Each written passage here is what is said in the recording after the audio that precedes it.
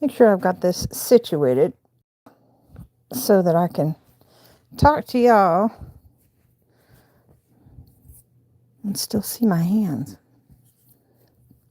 Nobody's in here yet. I'm gonna wait a few minutes to see who else is gonna be coming in. I got the bling on the nail. I think it's moved. I don't think it's not centered anymore. Well, hey guys, my name's Alishia with Young for Mile Crafts. Welcome to my channel. If you're hearing this, that means you're watching it on the replay.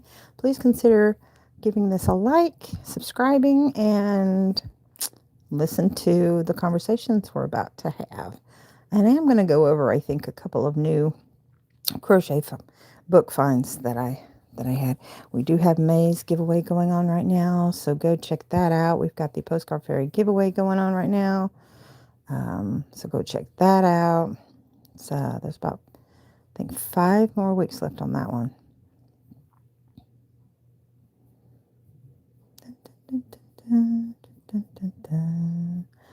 Got a box of yarn and hooks and projects sitting beside me, ready to go. I thought I'd come on a little bit earlier than I used to. I used to come on around between 11:30 and 12. I thought, well, I'll come on at 10 so that, unless it's, well, no, I don't think it's at private. It shouldn't be private. It should be set for, because I had one person say that they were going to be watching it. It's not set for private, I don't think. Or unlisted, I'm sorry. It may be set for unlisted. I don't think it is. It shouldn't be. I don't know how to find out. Nope, it's not. Somebody's in here. Hi. Hello. I was a little worried thinking that maybe this was set for private. Oh, bye. I guess I better be doing something or people are going to come in and leave again. Oh my goodness. This is one of the skeins of yarn I'm going to be working with tonight. My plan is to get some headbands started for the Operation Watch Cap. So I'm working with this skein of yarn. Isn't that pretty? I think it's in fact, I know it's a Red Heart Super Saver. I just don't know what the colorway is because I don't have the band anymore. I just grabbed a bunch of scrap balls that I had lying around that I was making my caps with. And then, of course, the camera's going to pick up every little tiny hair. Every little tiny hair. And then later this evening, I thought I might do... Let me get my little stitch book. Where are you? I thought I might do a new stitch out of the book. We thumbed through this on a live a couple weeks ago, and it had some really fascinating stitches I thought were really cool. So I thought I might do maybe one or two. That would be fun to do. And it's real short too. I can read patterns that are like that. They're just something different. I mean, because I can even use these textures to go along with the hats that I'm making as well. Just change them up a little bit. So I already do a V-stitch, a fillet stitch. But anyway, I thought maybe later I'd pull that out. But for right now, I am doing a headband for a cap. And I like to do 60 rows. 60 rows seems to be about just right. Because if I'm working, thank you for the like, thank you. If I'm working from the top down on a hat, I always work until I have 60 stitches around. So I figure if I'm going to work from the bottom up, I should have about 60 stitches, depending on the size hook that I use, give or take. This is a 5.5. And actually, I think I'm going to work with the glitter turtle tonight. This is a 5.5 It's a glow-in-the-dark glitter turtle. I don't know if you'll be able to. It's been kind of in the dark, so it's not going to glow very well tonight, but you can see the glitter if I go like this. But yeah, she glows in the dark. Glitter turtle. I still have a bunch of these if you guys are interested in getting any of these hooks. And then I thought I'd change it up as far as the colors. I just threw a bunch of different pretty random colors that I liked. I used the black because he's got black eyes. And then I didn't use a green. I don't know why I used the red. There's no red in him at all. All right. It says I was reconnecting. It looked like I was on a pause or it kicked me off for a second or two. My battery's fully charged tonight, so I don't have to worry about it kicking off. If it is, I've got my charger, my faster charger beside me, just in case. But so how I do this is I usually will do a chain of, oops, all the kitty glitter. It's mostly Ramsey's hair. He sheds more than all four of my cats combined. I'll do a chain of 9 or 10, depending on how long the ribbing looks. And that's about par for the course for a hat, because that's about what my ribbing looks like when I'm working from the top down. It's about that length. So this is going to be 8 stitches. So I'll go back, single crochet 8 across, chain 1, single crochet in the back stitch only, back and forth.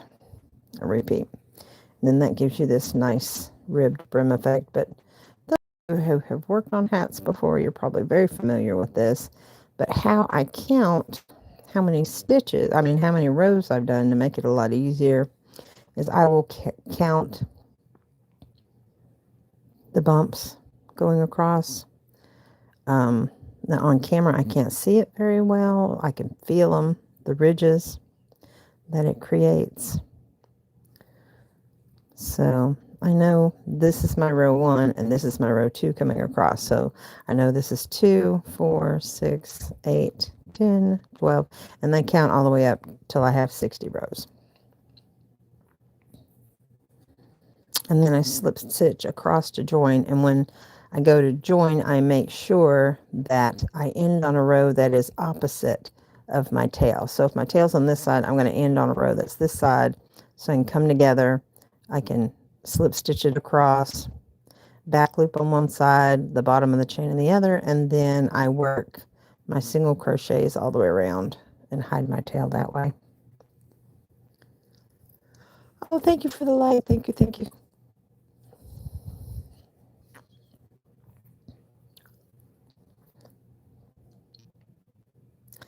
Somebody came at me last time I wore my nails this length and said, how do you work with those long nails? So, well, they're actually not that long. I just have really long finger beds. If you look at it, they're really not that long. They just look long, but they're not. But if you look on the underside, they're really not that long. But because my fingernail bed is really, really long, makes them look longer. Now, I may not be able to work on this one while I'm on camera because I definitely cannot. I'm going to have to go by feel. Well, and then maybe not. I may have to switch to a lighter color while I'm doing this. Yeah, I think I will. Because you're not going to be able to see it either. And if those of you who have never done this type of technique before, you're not going to be able to see. Where's that grappling coming from? You're not going to be able to see what's going on here. So let's put this aside for now, and I will pull out a lighter color to work with. Let's see, do I have my bag in here? I do not have my bag in here, but I do have, I'm still going to work with my turtle hook. So let me find one that's a lighter color in my, I'm going to pull you over here. So this is what I'm working with. This is one that I had completed last night that I set aside for later. I went ahead and, so this is what it's going to look like. And this would be the bottom of your hat.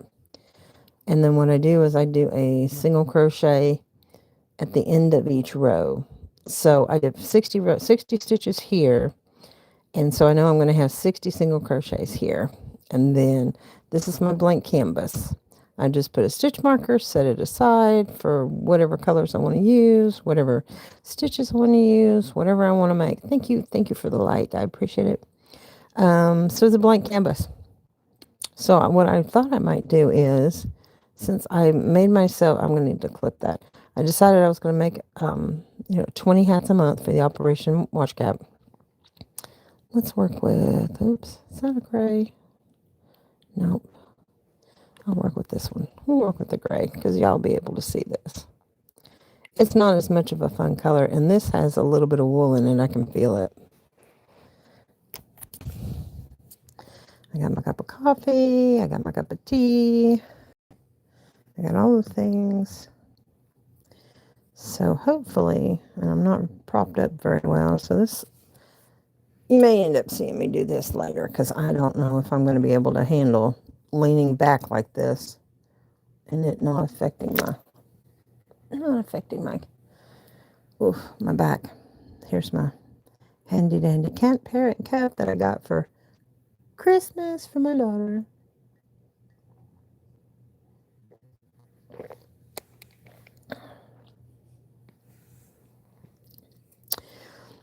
No, I didn't get anything for Mother's Day. She did make me breakfast. Sorta. She made me and her friend breakfast, and then I ate by myself. And pretty much spent the day by myself, except for I talked her into watching a movie with me later.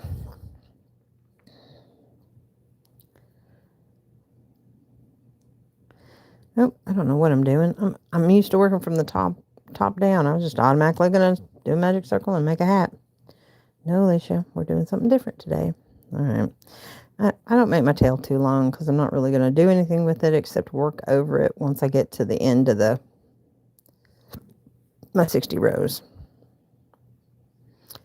Hey, Miss Roseanne, how are you? Thank you for the likes, guys. I appreciate it.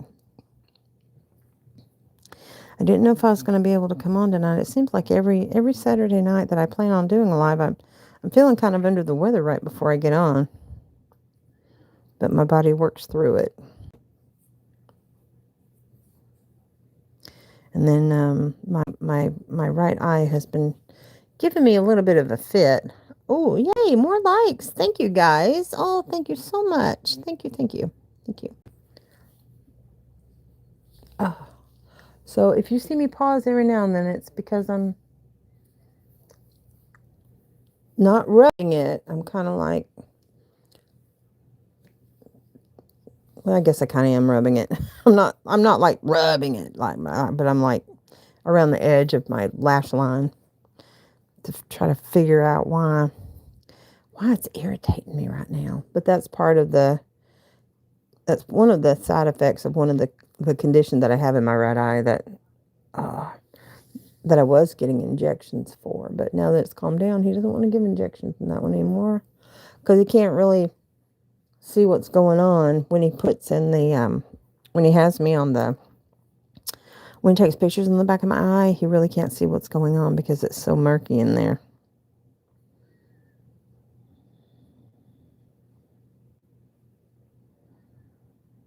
Yeah, I had started doing a couple on 1, 2, 3, 4. Let me get this real quick. 5, 6, 7, 8, 9. I wanted to start coming on earlier on Saturday nights, 10 Eastern Standard Time, so that those of you who aren't night owls like me can get in a little bit earlier. It's still late on the East Coast, but it's early enough on the West Coast. All right, so you don't go in this stitch, you go in this one, and I should have 8, so I'm just going to do 8 single crochets. 1, 2, 3, and then also 2 for me coming on in the evening too. 5, it picks up 6, 7, 8. Yeah, there we go. Picks up other countries. because I think I had mentioned last week that I want to say China was 12 hours ahead.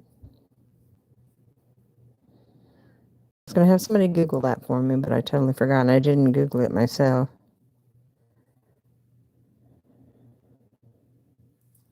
Hope no one will find us like last week. Yeah, we had a very interesting troll bot that kept changing their name and coming back. And if it grows like that, don't worry about it. It's going to flatten itself out once you start working the band. Now you're going to work in the back loop only, chain 1 at the end of the row till you have 60 rows. Back loop only. I don't know why it's not focusing. It's focusing more on my pants than it is on my, let me see if I tilt it up if it'll make a difference. Yes, it was focusing more in on my pants than it is on my, there we go. It's focusing on my work now. But if I do this, then I can't read your comments if it's like that, because it's, I've got to tilt you back down. Crap. No more info from YouTube on that. No, I haven't heard anything else. And I don't think I would. I think Terry probably would, since she was the one that reported them. I think it was Terry that reported them.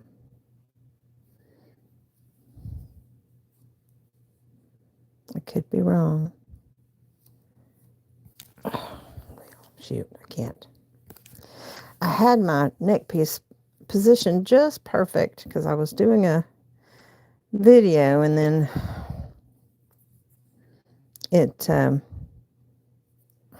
I adjusted it, and I wished I hadn't, because I was showing. Now that's the wool. That's not all my doggy hair. That's part of the wool too. Oh shoot, there it goes. Stop it. Focus. There you go. I guess if I keep it up here, it's going to make it a little bit easier. But then if I turn my, like I said, if I tilt my camera up, I won't be able to read your comments. All right, back loop. Now I do periodically count, because sometimes you can't help but lose a stitch on the ends.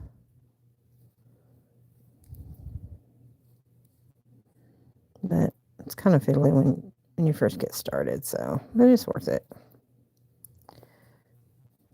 Chain 1 and turn. Now when I'm making like my gloves, I don't do a chain 1 turn, because this is how I do the base of my fingerless gloves. I'll do the cuff first, and then I work the glove itself, working from the cuff up, from like right here, working up. But this, yeah, let's see how the wool, dang it, come up here. There we go. I guess I'm going to have to just put it like in your face in order for it to, even then it's not focusing right. Well, shoot.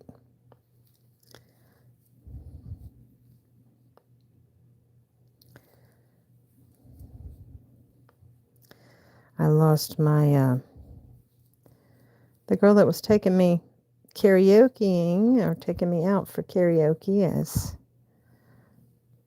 She's gotten addicted to going and watching and listening to the local bands. And I'm all about the karaoke. And the local band that she posted, this is going to be terrible to say, but I'm going to say it anyway, because y'all know I like to keep it real.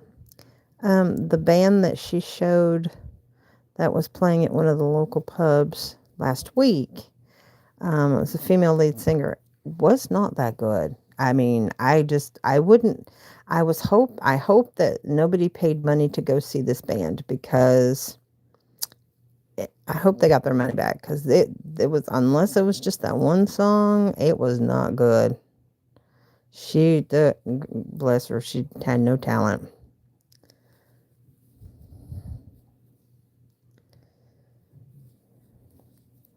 Four, 5,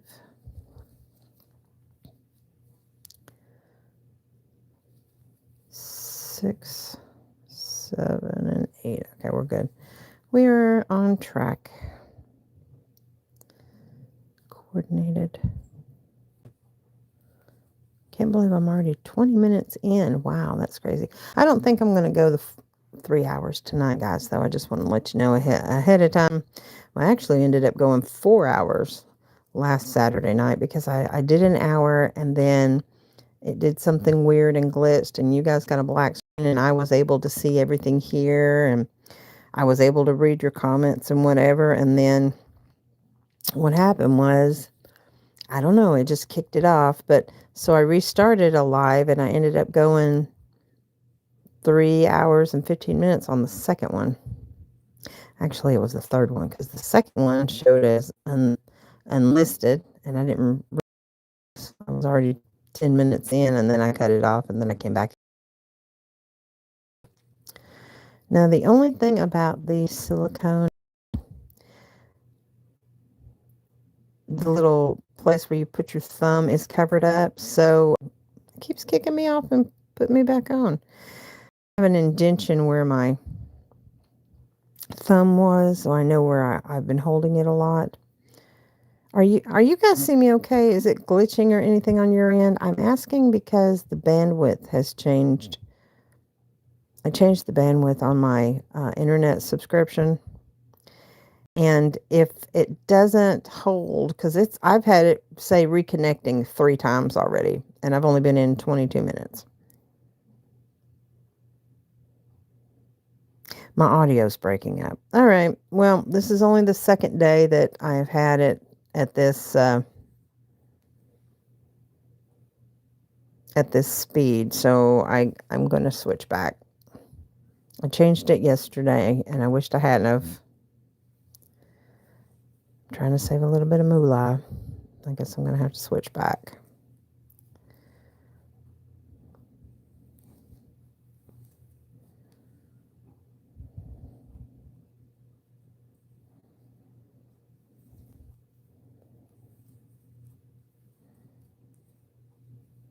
It's okay at the moment.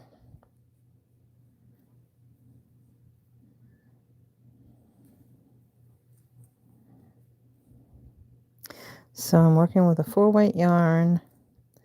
This is Wool Ease by Lion Brand. Now this I do know because I've worked with this quite a bit and I've got quite a bit of it left.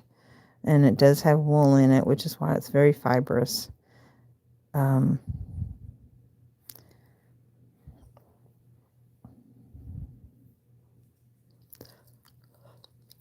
It's so soft.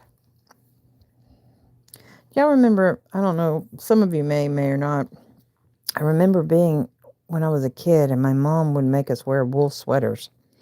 Those were the itchiest, most uncomfortable things I'd ever worn in my life. This is a softer wool. This is nice. It depends on what animal the wool is coming from, I believe.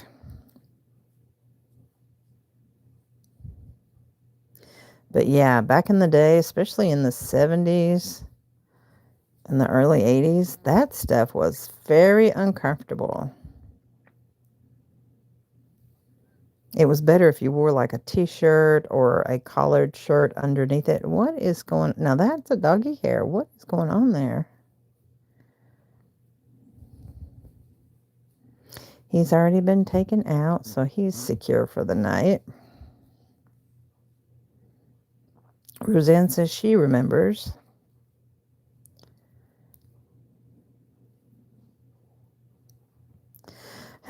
You guys had a chance to go check out the crochet giveaway that's going on right now.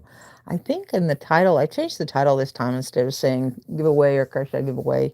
I do have, I think giveaway time in the thumbnail, but I put win a free book. Crochet giveaway, I think is how I've got it, but win a free book is how I've got it titled. And I thought it might bring in a little bit, more crocheters to come in and take a look at possibly winning a book. But I just posted it 2 days ago, I want to say. I got it up late for the month of May, but it's still going to count for the month of May. And the drawing is going to be on the 5th. So you've got till midnight, or rather 11:59 p.m. on the 4th to get entered. And then the drawing will be on the 5th. Oh, there's my alarm. I got to dismiss it. Sorry, guys. I don't know if you could hear that or not. Let me put my... Oh, no, my phone's on Do Not Disturb. Okay. Something special. Media output. No, that's not supposed to... Oh, that's Joey Lawrence. Huh. Okay, never mind. It just popped up.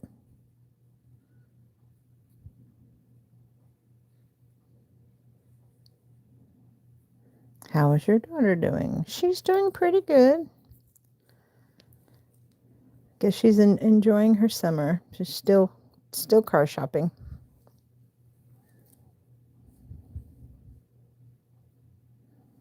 It's just everybody is so overly priced for the pieces of crap out here that's, in her price range, and it's like, why? I mean, these are cars that, should be at least $5,000 cheaper than what they're going for. It's ridiculous.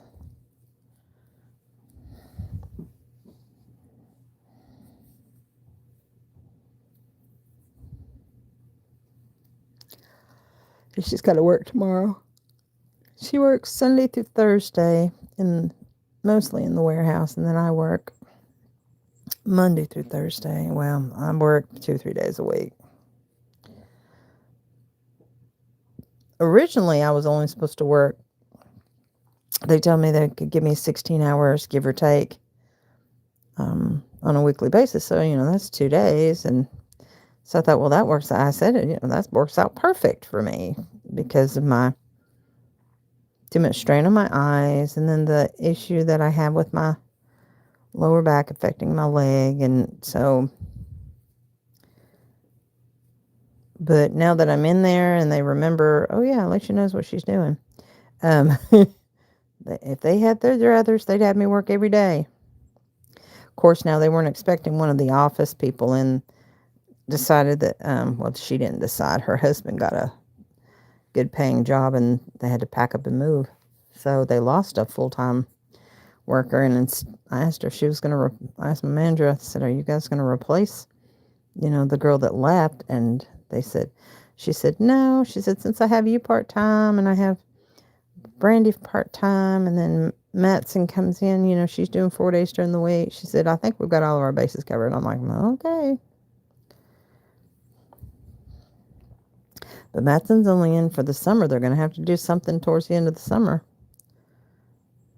And then the other girl, Brandy, she only comes in once she drives down from Knoxville. She only comes in 1 day a week, and the rest of the stuff that she does online from home. It's all the customer service stuff. But the problem with that is, I got stuck. It's because the gas prices have gotten so ridiculous around here. We've got to wait for the gas prices to go back down before she's going, because she was driving down 2 days a week, and that's a good hour and 15-minute drive.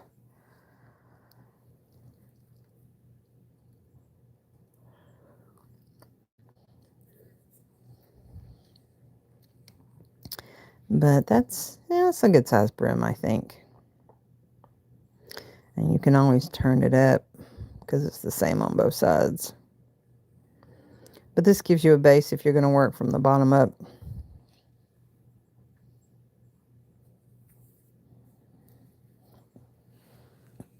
I can't decide. I've got a black coffee and a black tea.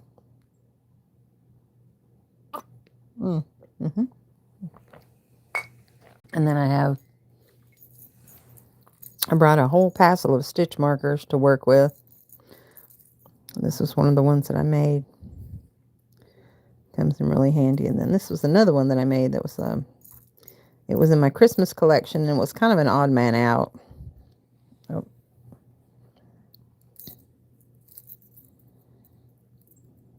So I got that one too. And the closure on that one's different. And then, of course, I have this one that if I want to use it. But the closure on that one is different. This one, I like the round ones better, especially if you knit. And we'll start working with more of the round ones than the ones that are earring backs. But still, they're still both great. They still have the loop. There's just a lever. It's great. It's perfect. I actually like working with these better than I do these, because with these, if you don't latch it just right and you don't realize it, it can come undone and it can unravel your work, and you don't want that. But anyway, this is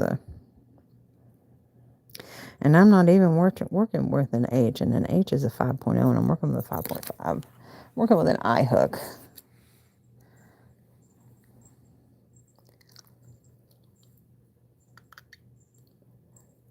I don't know why I'm so sleepy. I took a good, well, I do know I didn't sleep well last night. I took a good 3.5 hour nap.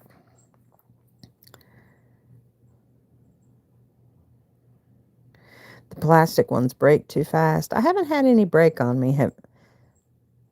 I know they stretch over time, depending on, which is probably why they're so cheap.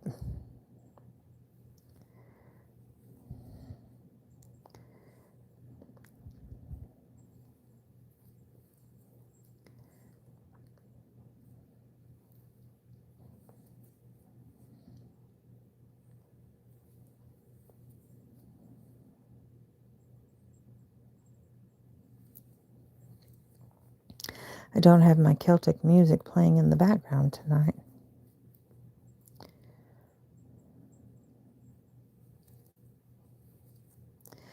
It hasn't told me it's reconnecting again. That's good. Is my voice still lagging for you guys? That's not something that normally happens when I go live. That's why I say I changed my bandwidth on my internet, and if I'm kind of testing it out, and it's a month-to-month thing, and if I don't like it, I'm going to switch back to what I had. Because it's just me at the house, and my internet guy told me that for what I use this for, I said I go live, I said a couple times a week. It's been good since then. Okay, good. And like I said, it kept my bill in half by switching from, I had 1,000 megahertz, I think is what it was. And he switched me to 500 because he said that him and his spouse have 500 and they don't have any issues. And they both one of them's streaming while the other one's gaming. And he said they don't have any problems. But I'm in the country, so I thought that might be an issue. But, oh, thank you for the like. Thought that might be an issue, but I guess we're going to test it and see.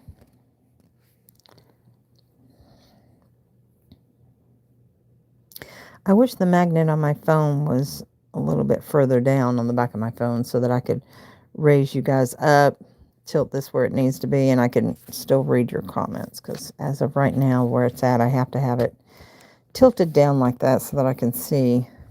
I don't like that. Let me see if I can adjust it a little bit better. All right, let me see. If I go down like this, then maybe up like this. We'll see how that does. All right, so I'm better on camera hand-wise. I can read you okay. It's not too big of a strain.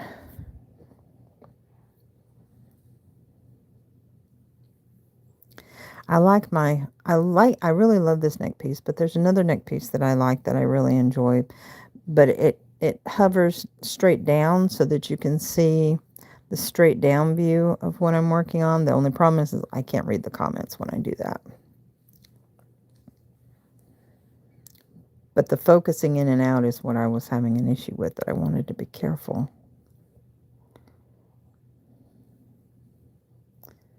The wool fibers are throwing me off.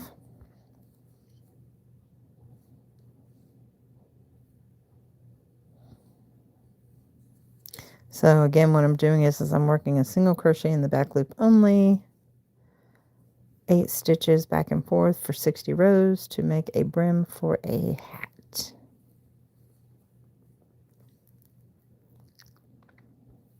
In a boring color so that you guys can see it. I'm from New York. So you guys can see it better, and so you can see what it looks like when I'm working on it, because that other was just like, to me it was too dark, but that's because that's my eye situation and trying to see it. I say trying to see it. I have to feel when I'm on camera because I can't see it.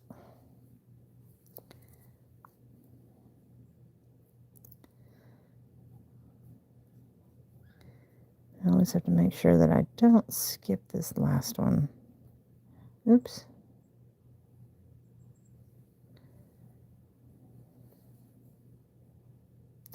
So I'll tell you, my friend who comes on here sometimes while I'm going live, she probably doesn't know I'm live tonight, even though I mentioned to her I go live every Saturday night now. She's not really doing too much. Otherwise she'd probably be in here commenting as well. But her son, not quite 19 yet. He'll be 19 in the second week of July. Him and one of his friends got a wild hair up their butt and decided that they were going to drive. They drove all the way to New York. Well, wait a minute. Let me stop. They drove up to the Capitol in D.C. and walked around for a minute or two looking at the sights. Then they drove up to New York, Times Square, walked around a minute, and then the dog is going to go crazy. And then they drove over to Ohio to some amusement park that's supposed to have the wildest or the biggest roller coaster. And they got to ride the roller coaster. And somewhere along the way, they went to the beach. And they did all this in like, I want to say 2 days. How can you enjoy a trip like that in 2 days? I couldn't. I mean, there's too much to see. Cole. Oh. His little road trip. Right.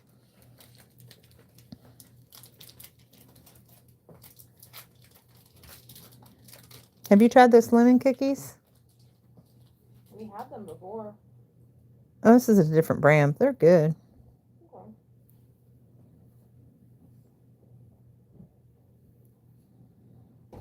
She came here to get her a snack. And she doesn't have to be at work till 8 tomorrow.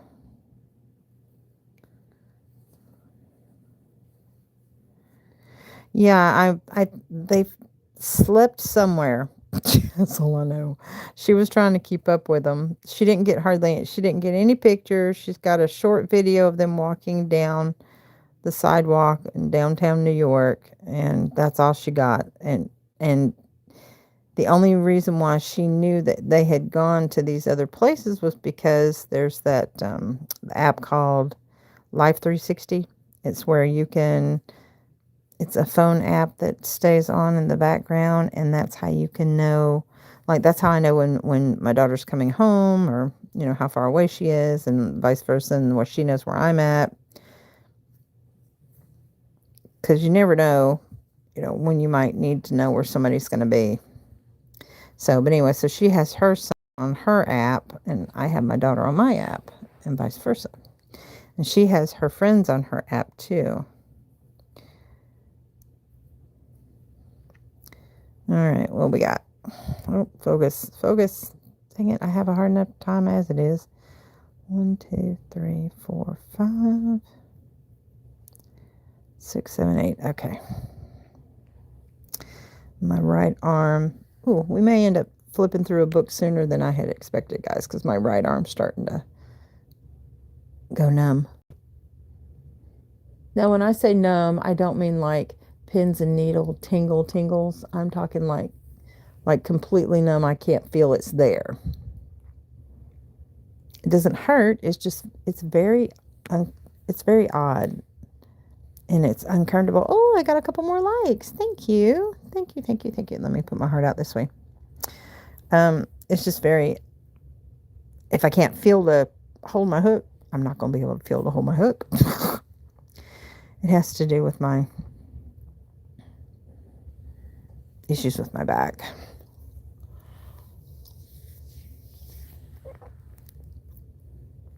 Alright, so let's do the chain 1 and turn. But like I said, the goal, oops, I was trying to pull this over without bringing all the other yarns with me, which I did. My goal is to get to this point. And 60 inches seems to be about just right. It makes it to where it's between 9 and 10 inches across without stretching it out, so that would fit, one size fits most. So this is what we're doing, and this is a connecting row up at the top once we're done. So that's what we're working on right now. So I wanted to make quite a few of those, and then that way I'll know that I'll have a total of 20 ready to go that I can just pull out at any time and just start working whatever random stitch I decide to work on for the hat for that day. I already have quite a few done.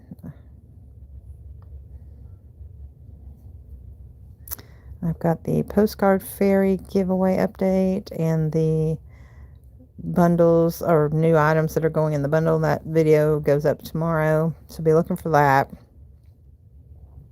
When I said tomorrow, I do mean Sunday. So I try to post every Sunday at least. And the plan was last Sunday I was going to get the crochet giveaway up because I like to do those on the weekends.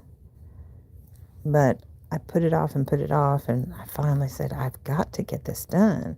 And if you guys haven't seen it, it is a, here, I'll show you. I've got it right here, actually. This is the book that's in this month's giveaway. Isn't that cute? So it's 20 tiny toys to crochet. And then, of course, you have to answer a specific question. But this is, I do a flip through on this so that you can see. And here are some of the items. You've got a plane and a dinosaur and what's that, a squirrel and a hippopotamus and a bunny or ballerina bunny, and then a bear. That's a with or without overalls. Why is that not focusing? Oh, come on. And then there's a car and a whale. Let's see what's up here. There's a puppy. That one's called Puppy. There's a koala. There's some eggs or chicks in a basket. And there's a, is that an airplane too? I know one of these is an airplane and one of them is a helicopter. Then there's a, they're calling that a kitty, but I think it looks like a tiger, but they're calling it a kitty. And then the chameleon. The chameleon's my favorite. And the colors that they chose for the chameleon's really cool. And I think that's a ladybug sitting on his nose. But yeah, this is the book that's in this month's giveaway. Thank you, Roseanne. I thought there was two. I mean, it was just something that I wanted to get for you guys to put in the giveaway. Let me see if I can. Oh, and the owls. The owls were cute. Those are my two favorites. Were the owls and the chameleon. Let's see. Is that the chameleon? No. So if you guys want to see up close and personal all the pictures, I was going to show you this real quick. There it is. There's the chameleon. That's one of my favorites. I love that. It's so cute. They did a good job designing that one, I think. And then the other one, I have actually seen the owl pattern. Oh, it's got turtles. The owl pattern. I've seen this pattern before. I think the pattern that I saw, though, didn't have, the wings weren't as big on the pattern that I saw. I think I want to say the wings were just, because this is very similar to these are very similar to the owls I used to make for keychains. But you stitched like an embroidery stitch for the feathers for the wings on the side, it didn't have this it looks like a thumb. It didn't have this piece sticking out. So that's the difference in the pattern that I'm used to seeing, that I've seen before. And the ears were more predominant, like this one. This one, the ears aren't as predominant. But then again, it may be just the way they stitched it when they made the pattern, when they took the photographs. But yeah, so those were my two favorites in the whole book. They were so cute. Yes. Hi, Nicole. Yes, you need to get over there. And I posted, I want to say a day or two ago. It's in my giveaway playlist, I want to say. If not, it's my most recent video that was posted, so that you can get in on this giveaway. I think there's only 13 entries right now, last time I checked. Maybe a little bit more by now. I haven't checked today.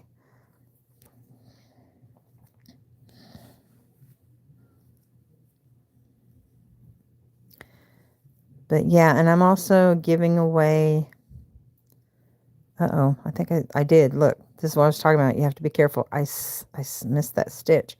I'm also giving away 5 mini cakes so that you can make a couple of the, well, probably more than a couple of the items that are in the book to go with it.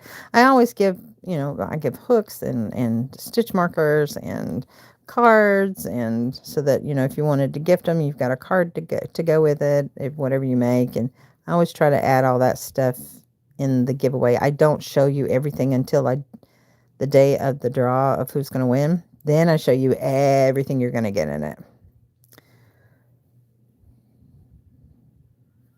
So usually I just show the book, and then you're going to get yarn and a bunch of other stuff. You're always going to get yarn. If I have a book that I'm doing in a giveaway, you're always going to get yarn.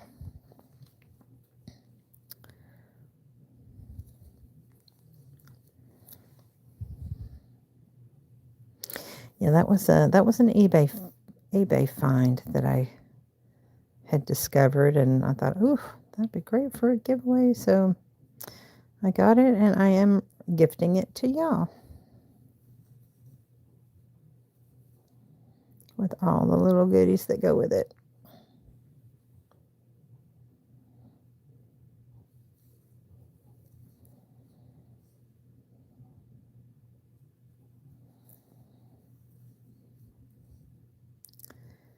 But it's back loop only, and I'm not too tight so that it would be more loose when put on your head.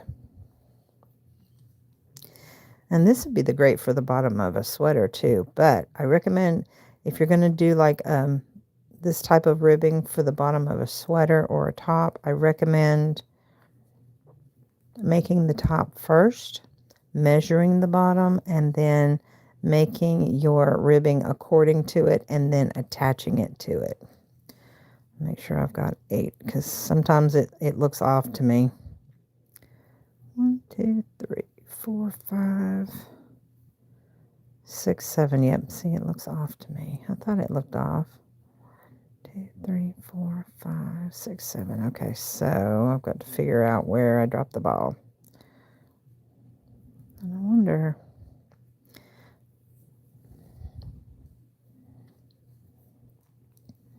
because I thought I had 8, and this is what I get. I'm talking and showing at the same time. So what do we got? Oh, come on. Again, with the neck piece, I'm going to try it back up a little bit more.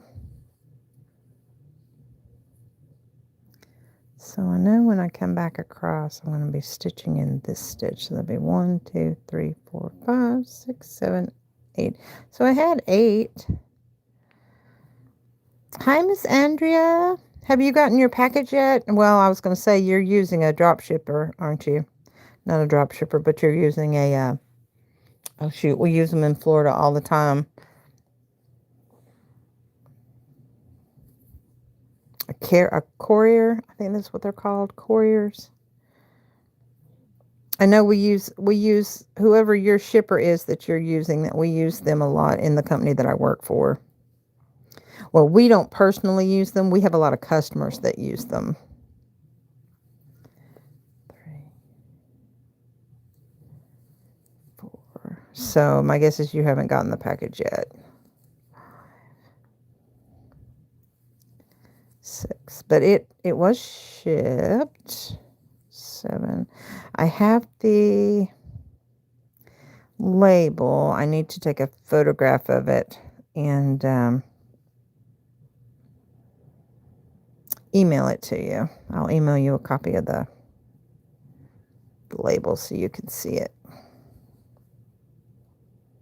I try to do that for anybody that purchases from me, but she was one of the ones that won one of my last month's giveaways. She won the knit giveaway. And I threw a bunch of extra goodies in that one. Because I thought I was purchasing a crochet book. Come to find out it was a knit book.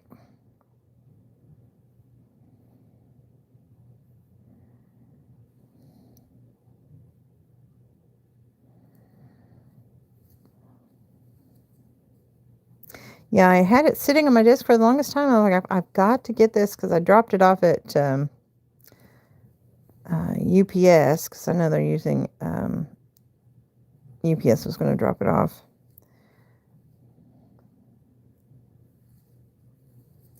Now, because my return address is a P.O. box and the address that we use to ship this to you, because of that, if it comes back to me, it won't come back to me. It won't come back to me to my P.O. box.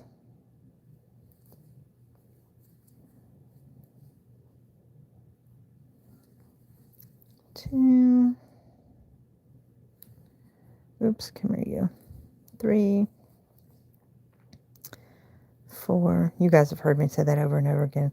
I tend to talk to my work. Do you guys do that? Do you find yourself talking to your work? Like, especially if you get mad at it. I tend to talk to my work, especially if I'm getting mad at it.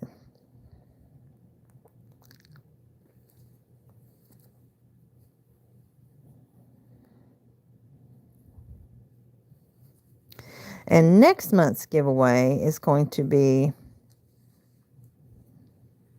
similar. So this is what we've done so far on camera. I'll show you. Pretty sure. I can't remember. Oh, well, shoot. I haven't debated on whether, let's see, this one. No, this isn't this one. This is the one that I'm going to put up for September so that you can get it before October so that you can work on these for Halloween. But it's got the flying monkey. It's got Cthulhu. If you know, you know. It's got that's their version of a robot. And then that's the Grim Reaper. Yeah, there it is. Zombies, ninjas, robots, and more. I don't know if it's got Attack of the Cute. Let's see, there's a skeleton, and I'm assuming that's maybe a zombie. I think that's a mummy. Or maybe that's the zombie. That's the devil. But yeah, when I do this one, and then there's a Goth Girl, I think is what that one's called. I know I flipped through it. I haven't showed it on camera yet, but I flipped through it, and I want to say that's Goth Girl. I just thought this was very well made, and it's a hardback book too. Creepy cutes. But yeah, I thought this is gonna be September's giveaway, so that people can get it the 1st of October and they can work on them. So let's see what we got. Devil, Nosferatu. If you don't know, that's the original vampire. We got Queen Vampire, Cthulhu, Skeleton Bride and Groom, Medusa. That's who that was. Fuzzy Alien, cleric. I don't know what a cleric is. An Amazon, like an Amazon woman. A corporate zombie. Grim Reaper, Trojan, Spartan. I don't know. Those are not creepy or whatever. Cyber zombie. A knight, a ninja, a Day of the Dead, gal and fellow, a monkey and a robot. I don't know, just some of those I wouldn't have considered creepy, but creepy cute. But yeah, it's a hardback. It's nice. But yeah, this one is going to go, so it's $14.95 US. But I think that's supposed to be Medusa because of her hair. I'm pretty sure that's Medusa. But anyway, so yeah, that's going to go for September's giveaway so it can be gifted by October. That'd be cute. Now, here's something else that I had originally when I first started doing my channel, and I was talking when I switched over from my cross stitch to doing more crochet. I had gotten this book many years ago, and I was going to do a series of 99 granny squares, and every week I was going to do a new granny square. I'll show you all the pictures, but some of these are, the color combinations they put on these are kind of pretty. Not kind of, they are. A lot of them are. I would change some of them, but for the most part, like these colorful ones are really nice. I like these. So there's like 3 or 4 different ways that you could do a sunflower. Oh my goodness, excuse me. Oh, thank you for the like. Oh, you get a heart. Thank you. And then there's an insert. You can tell I've used the heck out of this thing because it's about to fall apart. And I think I've written all in it too. This is my personal book. So the insert, let's see, does this show? It has them all numbered. Okay. Oh, that's not even, hang on. So there are 99. Let's see, is that all of them? I think so. That comes out, I'll show you. So what I did was I put little stickies on each one, and like number 6 sticky went with, 56 sticky went with 56, number 56 in the grannies. I made, where are we at? Okay, so that's 46. Let me move this out of the way. 44. Okay, so I have done 45. Wait a minute. That's 44. Where's 45? Oh, there it is.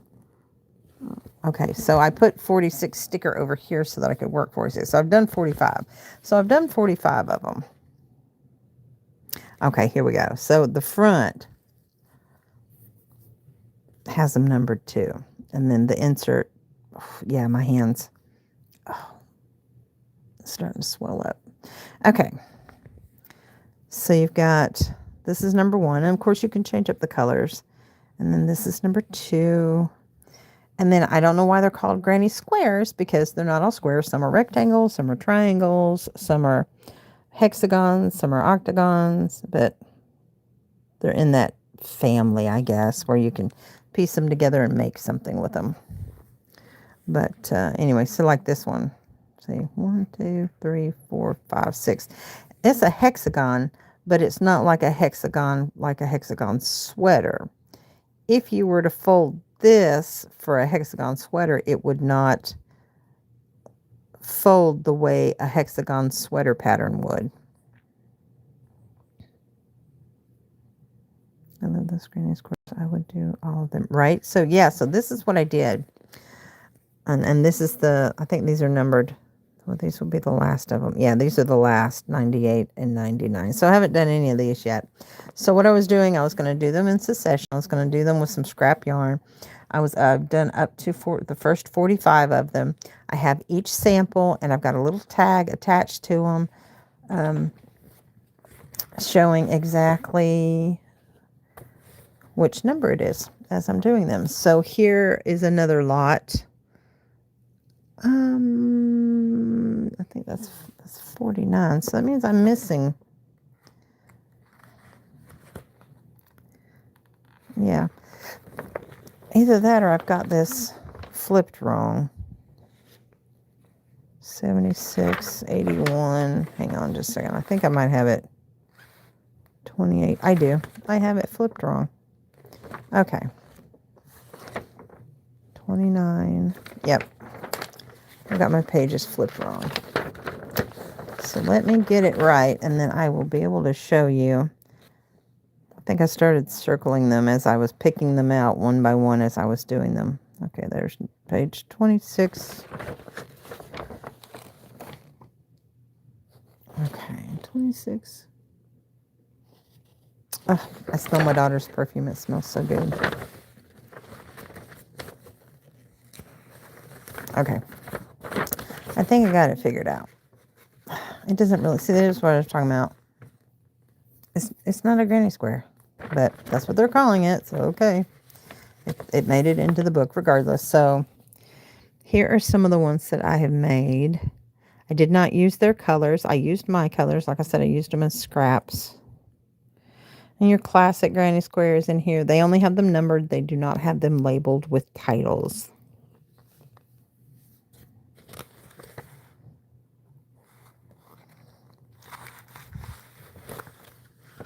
And then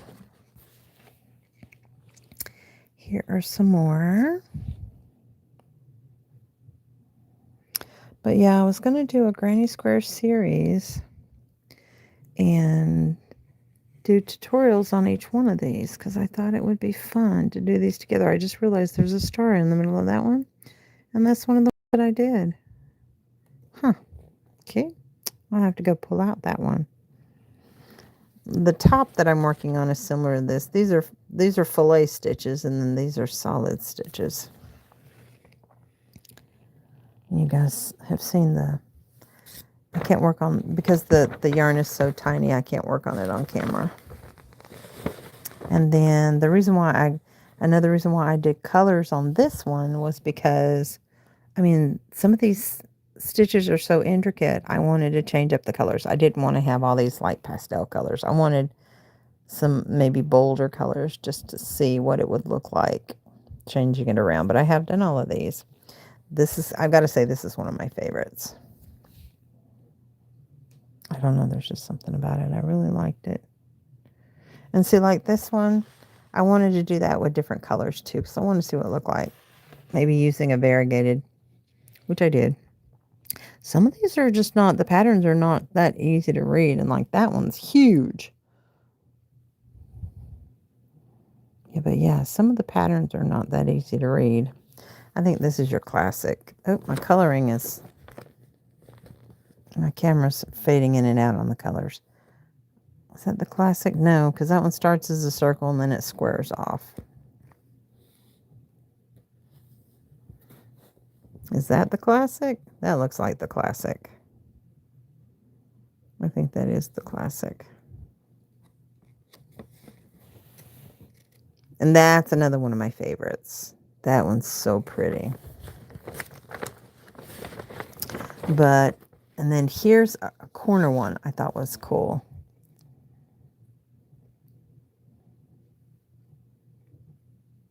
You could do, and oh, this was another one of my favorites to do. But yeah, I've done all of these. I did do that one, and I say that because I did do, I picked out the ones that I thought would be fun, that I would enjoy working. And so if the sticker is missing off of the pattern page, then I do have one already pre-made. And then I started from the beginning and decided, well, I'm just going to do them all. So then I started up to the beginning. So I've got up to 45. Like I did number 72. I circled it. I did it. So yeah, so that's what I did. And that was my rationale behind doing them. But see how they did the muted colors and the pastel colors, and then they do the really bright in your face red, white, and blue colors.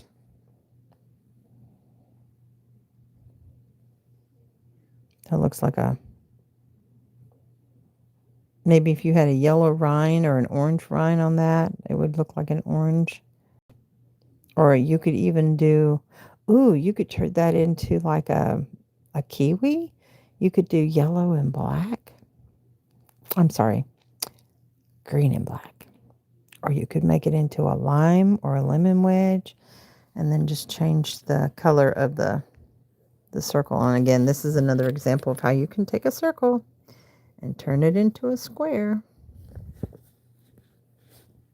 But this was something that I really enjoyed working them. So what I have to do is I use this as a guide, and the front and the back as a guide, because that's where the pictures start on the front, they end on the back, and then they have the insert in the middle. So yeah, like I said, I have the ones that I have not done. Like this one is really big. Look at number 66. It's almost 3 pages long. It's very intricate. Whereas like number 67 is just right there. That's it. But I did do some sporadically. But as I was doing them, I was pulling them off. Like I did number 49. Sticker's gone. That means I did it. Let's see if I've got any in the back that I pulled off.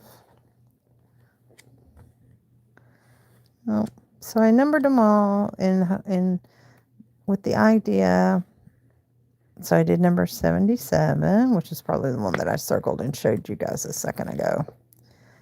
But I just looked at the pictures and said, oh, I want to do these. And then, yeah, just pulled them off and did them.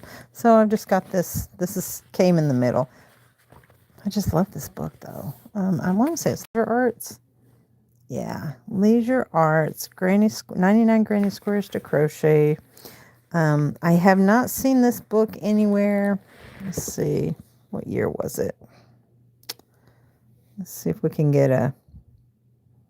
1998. I bought it brand new. And let's see. For $10. I know you... Nope. I got it at Hobby Lobby on sale for $8.96. Not on sale. That was their price. I think they go by these prices now, if I'm not mistaken.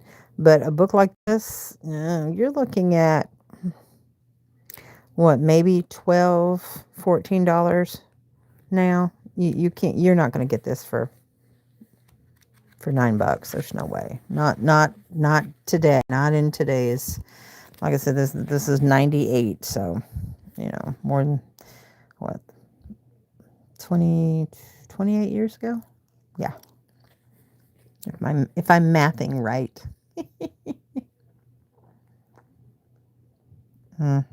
Crazy. Isn't that crazy? I quit smoking February of 99, so wow. 27 years ago I quit smoking. If I hadn't quit smoking, I got a like. All right, got to pause for the like. Thank you. You get a heart for the like. Yay. If I hadn't quit smoking, you guys would hear me breathing. You would not get dead silence, because I was headed towards either emphysema or COPD. It was going to happen. You could hear me breathing on videos from back in that timeline. But I had this set over here because, y'all, this is my work table that I keep around the couch. And I had pulled that out because I wanted to pick that back up, that series back up. There's my little trash can hiding underneath my crafting table. My crafting table has a permanent place in the living room now. I don't have a coffee table. I have a crafting table. So there's my little trash can. You can't see it. It's hidden. And then I've got my handy dandy... Oops, where'd you go? My box of scrap yarns. I still haven't tried the butterfly yet. It's right there. I still haven't done it. I am going to, I promise. But this is my goal, is to make a few of these up for right now and work some hats from the bottom up using some of those stitches in that book that I showed you guys last week. That was the idea anyway. So, but yeah, this has it has a lot of give, and it's not too tight, which is nice, which is hence the reason for doing your chain on the side rather than doing your chain on the bottom and working up. I have done that before, and it seems like unless you do the what's it called? Oh shoot, I can't think of the name of the method where you do the foundation chain stitch. It's single crochet foundation chain stitch, a foundation single crochet foundation stitch or row, where you do, instead of doing your regular chain, you're doing the chain and the single crochet at the same time, working up and then creating a ring. I have done that before with my hats. It just depends on whatever I'm feeling at the time when I'm doing it. But yeah. So I'm going through and I'm going to do some this go around for this month. I'm going to do them in this method. And then I have my wonderful light up above my head, which makes it great for you guys, because then you're really able to see, instead of having the lamp that I used to have behind me. I have the lamp, this little piece. It's top heavy. Most of these are straight up above, and it's got a coil, a bendable coil that the LED light is attached to, so that I can manipulate it and pull it down and change it around and all that good stuff. So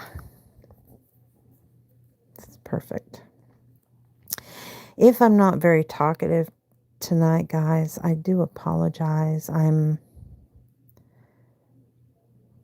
don't want to repeat myself, because I know I tend to do that. If you come into my lives on a regular basis, you'll know that I'll do that. And sometimes I'll reiterate what I talked about last week, but I don't think I ever went over the 99 granny squares to crochet. I know I had teased, and I'd put it in the description that it was coming, and I never did it. Never did it. I have like a list of different things that I want to show you guys. I don't want to say that I'm going to be teaching you. Hi, Miss Sandy. How are you?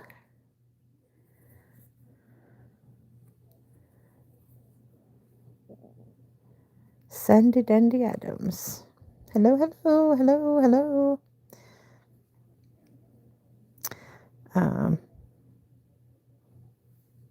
But yeah, I don't want to do the same things over and over again. So I want to make sure that you guys get a variety on these. But yeah, I had planned on doing that. So what I do is I'll sit and I'll make myself a list of everything I want to show you. And I say I want to show you instead of teach you, because some of you may already know how to do these things.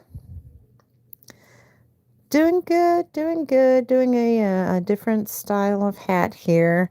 Making some brims, and then deciding at a later date on what I'm going to do as far as what pattern to use on my Operation Watch Cap hats. What I decided to do, my goal is to make 20 hats a month, or turn in 20 hats a month anyway. And so what I've decided to do is do them all at once, and then work on my regular projects. So that way it's not pulling me away from my other projects.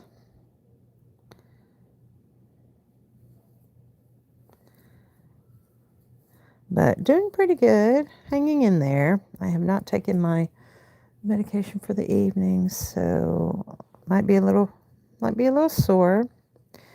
Yes, I've already done it twice. That's my goal. She's trying to get 1,000 total by Christmas. But so yeah, so what I'm doing is I'm going to be making brims.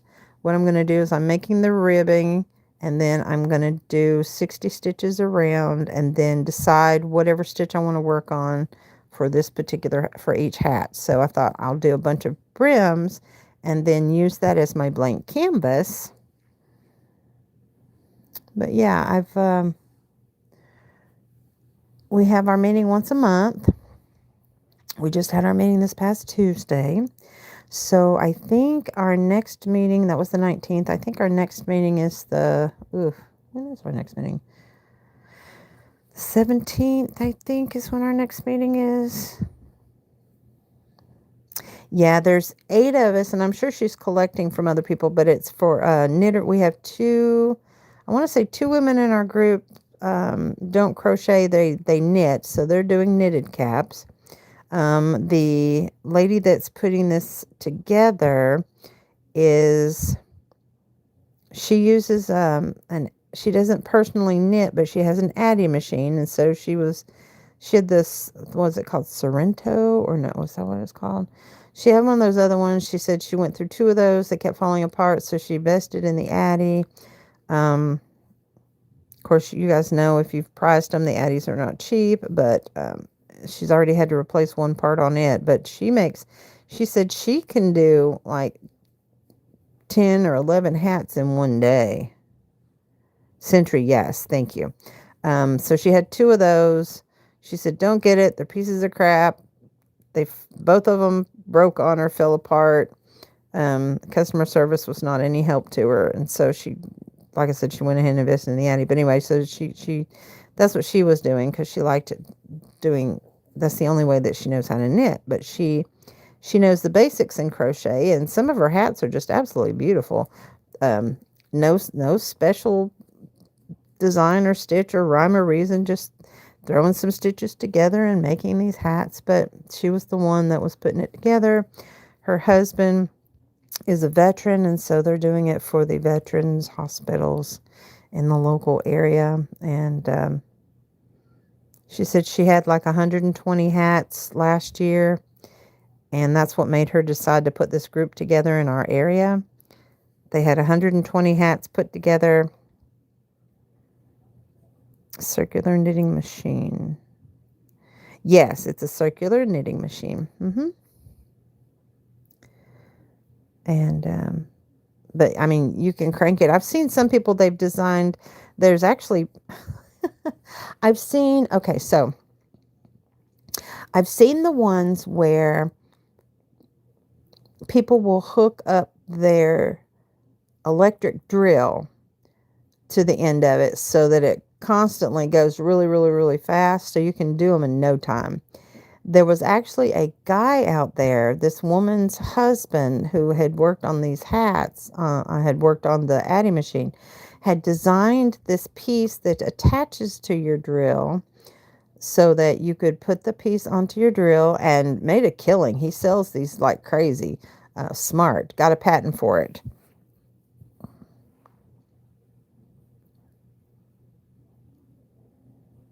I can crochet a crappy hat in a day. That's funny. Roseanne. Okay, Rosanna said she has the Addy. You're giving me an idea to make some. When I do, I'll get in touch with you. I have to bake done for my ex-church tomorrow. Oh, okay. Oh, okay. She's got to do some baking. I'm assuming you got to go do some baking for your church, your either your ex's church or your ex-church. A church you used to go to? Or you're making some? I'm confused. Make some. Okay, there we go. Yeah. Okay, I understand. Oh yeah, definitely. Yeah. Yeah, if you guys want to make hats and donate them, I will film myself giving it to her. And because I told her, she knows I have this channel, and she knows that I've been promoting it. So in the description box, there's the P.O. box number. You guys want to make hats and donate them for the Operation Watch Cap. She's yeah. So she made 120 her last year. And she thought that would be enough to last her all day. She had set up a table, had them, in these real nice cellophane bags, and each one of them had a little note inside. And they came by. She said they were gone within 20 minutes.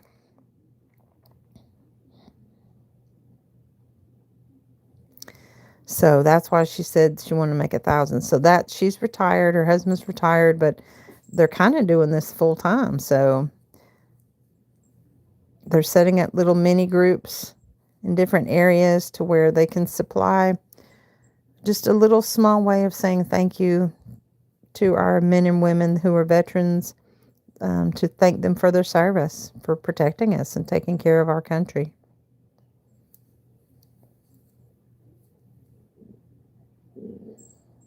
Any, if it's a wool, we just ask that maybe you put a little slip of paper inside to let us know that it's wool, so that anybody that has allergies, because most of the girls are just using like a mandala or a super saber, or like I'm using like Lion Brand. I'm using Karen Cakes, and then we got these. She gave us these.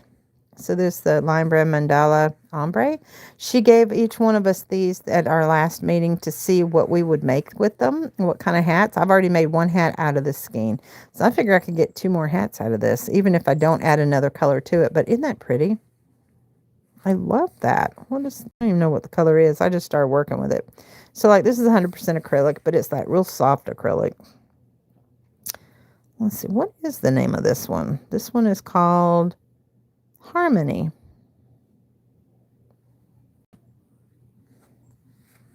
Yeah, I thought it was pretty. It's like, it reminds me of like a blue jean material, like an acid wash jeans.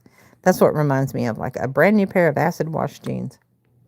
But I've already made one hat with that. I started it during the group because we all start stitching while we're there, while we're talking and catching up, and talk about our progress and all that. Our first group, the first month we met, we did like an introduction meeting.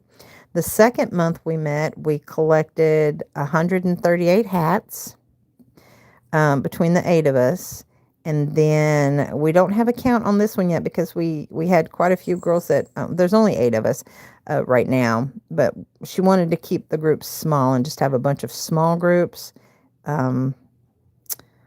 She originally had talked to one of the directors at our local Walmart to see if they wanted to get together and get a group together for the Walmart employees, but that kind of fizzled out, which is kind of sad because I thought that was going to be pretty exciting, because they get a discount. They get, if you work at Walmart, you get a discount. So, they have access to yarn. So, but that kind of fell through.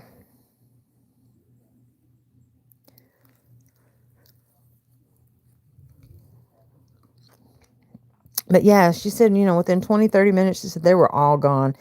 They were so excited. They all came, and she asked them, can I film your reaction when you open this? And so she got a couple of them, and it was just so touching and loving. And that's when I don't know how I ended up finding her. I wasn't friends with her or any of the girls in the group.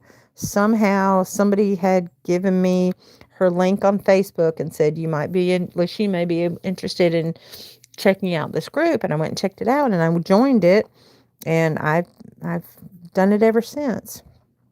So my personal goal realistically was 15 to 20 hats a month, and I have been able to reach that goal twice now. We are not less than a weekend, and I already have 4 hats done. So 20 is not a stretch for me. I'm so glad I'm here and to find out about this. Oh, yes, definitely, Sandy. I have quite a few videos, and I do updates periodically on the different hats that I have created, to hopefully inspire others to do something similar, maybe for your local community. If you didn't want to, if you didn't want to donate and ship to my cause here in my town, for my local veterans hospitals, maybe possibly doing something in y'all's area, or getting somebody together to do that. They also had There was some lady that had donated some yarn, and they gave us the opportunity to sift through this box full of yarn and say, hey, do you guys want to use any of this yarn to make the hats? And some of the ladies picked through it. All I saw was blanket yarn, but when she was going to go ahead and take the rest of it and donate it to one of the local, not really a nursing home, but assisted living facilities. No, it's not even that. It's independent living for older people who need nursing staff on hand just in case, but they are more independent. And anyway, so they were going to take what was left and they were going to donate to that. And I didn't realize, I'm like, she goes, do you want to look through this box before I go ahead and donate this to the home? And I was like, sure. And I looked through it because all I saw before were these blanket yarns. I'm like, I really don't want to work these hats with the blanket yarn because to me they're too bulky. I've tried that and I don't like it, but that's a personal preference. But I found this little gem. It's like a milk cotton. If you guys have ever worked with a milk cotton before, it's a cotton, but it's got another fiber in it, and I don't know what it is, but it makes it like, it feels like butter. It is so soft. So that's what I did, that one brim that I just showed you. That's what I made this out of. And then there were a couple of little hanks, little tiny hanks that were twisted up. Did I go ahead and put them in here? I think, no, I didn't put them in here. I was trying to feel if I put them in my box that's sitting beside me, but I caked them up. I went ahead and, yeah, this was like a mini hank. And I unwound it, and I unhanked it and I wound it up last night. And so I'm going to do something with this. I'm probably like with the brim, I'm probably going to do like a row or two of this for a splash of color with another color. And the other one that I got like this, it was this was a mini hank. The hank was only like this long and about that big round. It was so cute, and this is what it made. There was some that were twice as big that were this color, this purple color. So I pulled both of those out of the bag and I wound them up into balls last night. I unhanked them because I don't know if you guys are familiar with, those of you who have unhanked a skein of yarn the hanks are beautiful if you want to just look at the hanks, but to unhank them and wind them up, unless you have one of those big spider umbrella looking things. Hello, Miss Suzanne. How are you? Unless you have one of those spider things, it's a pain in the butt. So yeah, so I had to unravel it and pull out the kinks as they was unraveling, and it was really interesting. But needless to say, I did get them wound into balls so that I could start working with them. And this is the wool ease. This is Line Brand's wool ease that I'm working with right now. So like, for instance, this one, I would go ahead and I would say that it was, it had wool in it. So those who have allergies, they would be aware that it's got wool. I can't think of any other yarn type that, people would be allergic to. I mean, your typical yarn is, is acrylic or lycra or, different degrees of wool depending on the animal.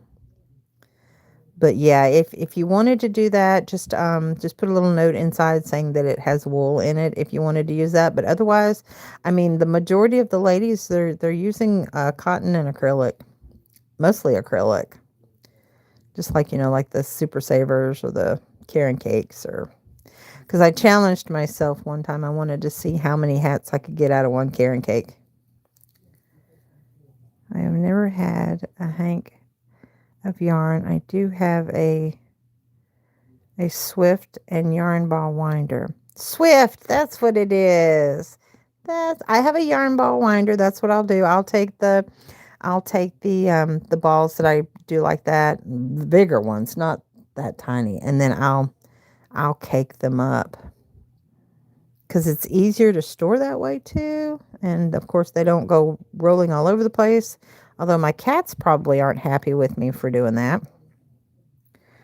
Lion bred wool ease rocks unless allergies to wool. This is true, and I will tell you, I don't know if I'm doing it or not. And it comes and goes, and it's not all the time, but I find that when I work with wool, my arms, just my arms from my elbows down, is the only place when I work with it that I will get, it's not hives or anything, but it's like I'll break out in hot patches of like, and then it goes away after a while. It doesn't affect me. It doesn't really itch. Like it burns a little bit. But, and it's not all wool. It's just some wool does that. But I don't know. It's not doing it right now. I am working on my Operation Watch Cap hats. I'm working on the brims. My goal is to pre-make a bunch of just brims. Of course, this will be the bottom of the hat. And then doing my 1 row of single crochet. I need to snip that.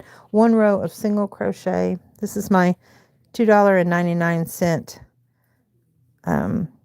garden snips that I found at a thrift store, brand new in a package, $2.99. And they are uber sharp. Where did you go? There you are. I meant to snip that.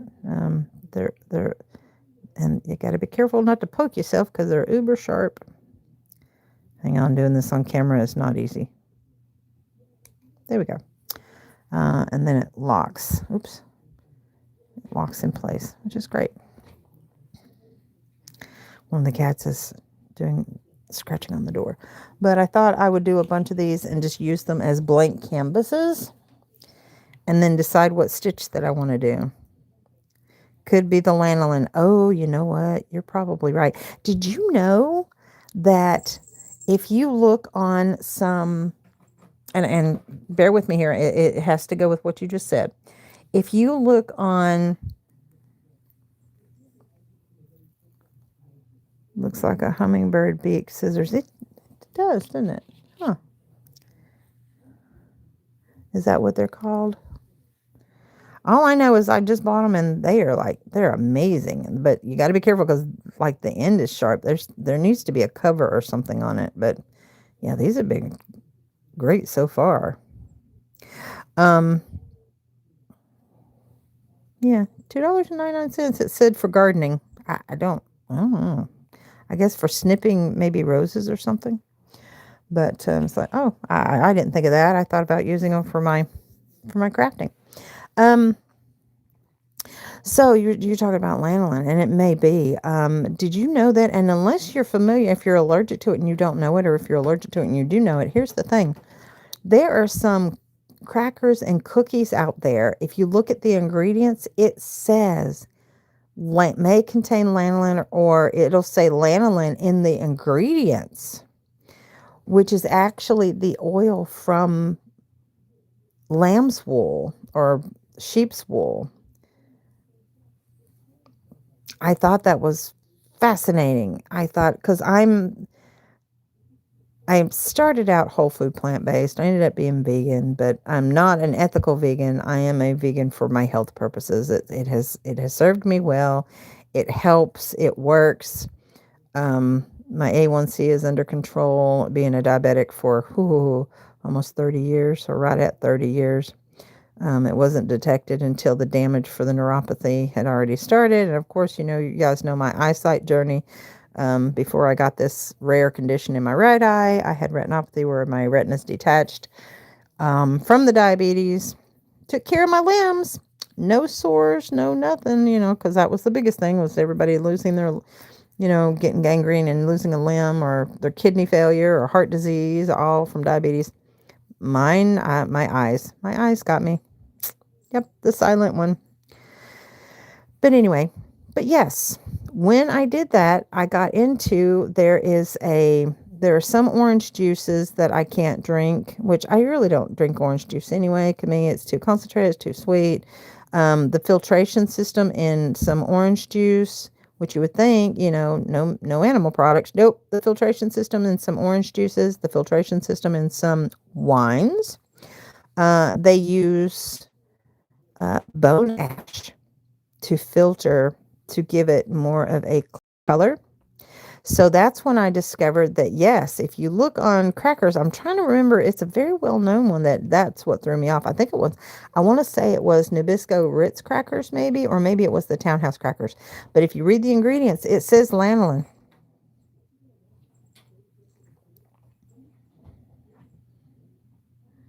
Citric acid hurts your teeth. When and that thing, and with the oranges, I can eat an orange just fine, but I'd rather eat the orange than to drink the orange juice, because number one, you're getting the fiber which you need to help clean your system out. Number two, you find that you get full quicker, because if you eat 2 oranges or you juice 2 oranges, you're going to get more full on 2 whole oranges than you will the juice of 2 oranges. Again, because of the fiber satiates you, right?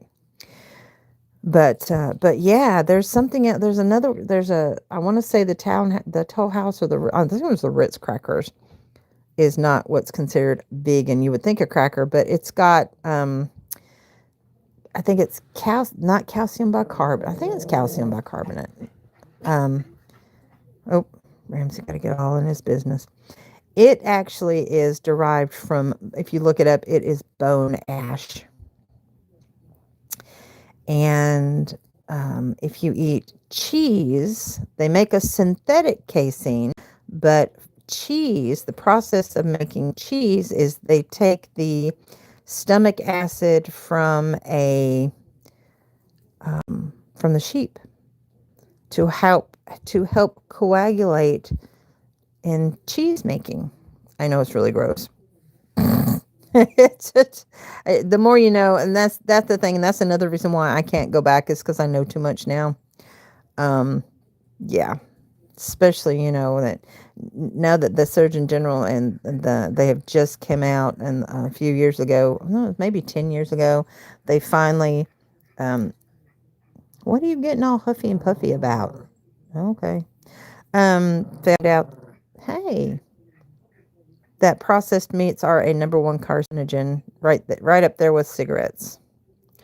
So you think of processed meats, you think of, you don't think about bacon. So bacon, any deli meat that you think, your natural, organic, whole wheat.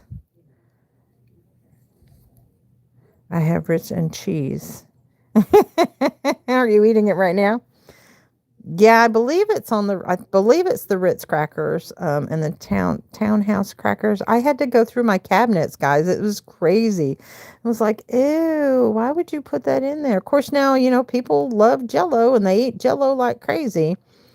And that's made with bone marrow. So, I mean, gelatin, bone from the cows. I guess they got to do, something with all that stuff rather than throw it away, make it go to good use and feed it to people. You do most nights. That was one of my favorite go-tos. I would make myself what they call a charcuterie board now.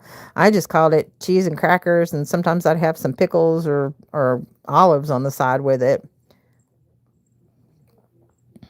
I do my best to not eat anything with a face. Thank you, Sandy. That's me. That's me. I've gotten more into finding out more about it. And they do make cruelty free, or rather vegan. Let's say cruelty free. There's no such thing as cruelty free. Killing is killing. Then that one of the ladies that I worked with, she goes, "I only eat cruelty free meat." That's what cracked me up. It's like, really? And you think killing, and I'm not going to get into it here, but you see what I'm saying. It's like the backlash that Billie Eilish got. She lost like 1 million followers because she said that you can't, she said, you can eat animals, eat all you want. That's up to you. That's your choice. But you can't love animals and still eat them. It's not possible. And I get what she was saying. I was defending her when she made that statement. What she left out that she should have said was, who people who say, oh, I love all animals. You can't love all animals and eat them, because if you loved them, you wouldn't be eating their flesh. See what I'm saying? You love some animals. If your dog or cat were sitting on your plate cooked and you didn't know, or if it was in a dish and you didn't know that's what it was, you would think, oh, this is so tasty. This is good. What is it? And then they tell you what it is and you would freak out. But in some cultures, that's their native way of eating their meat, right? Just like in the Western society, it's cows and chickens and pigs and, turkeys. So yeah, but I didn't mean to get on that. But the lanolin thing, yeah, it really surprised me when I checked into it. But yeah, so if you have lanolin allergies, look at your food labels, guys. If you eat a lot of processed foods, I try to stay away. I try to eat whole food, plant-based. That's what I try to do for my health. And that's what I got into it for. That's what I started doing it for. And that's when I found out that... that's when I found out all the icky things that I wished I did not know. I know too much. That's why I say I know too much now. I can't go back. Oh. You okay? What's wrong? Okay. I just got scared. Okay. Did something jump out at you?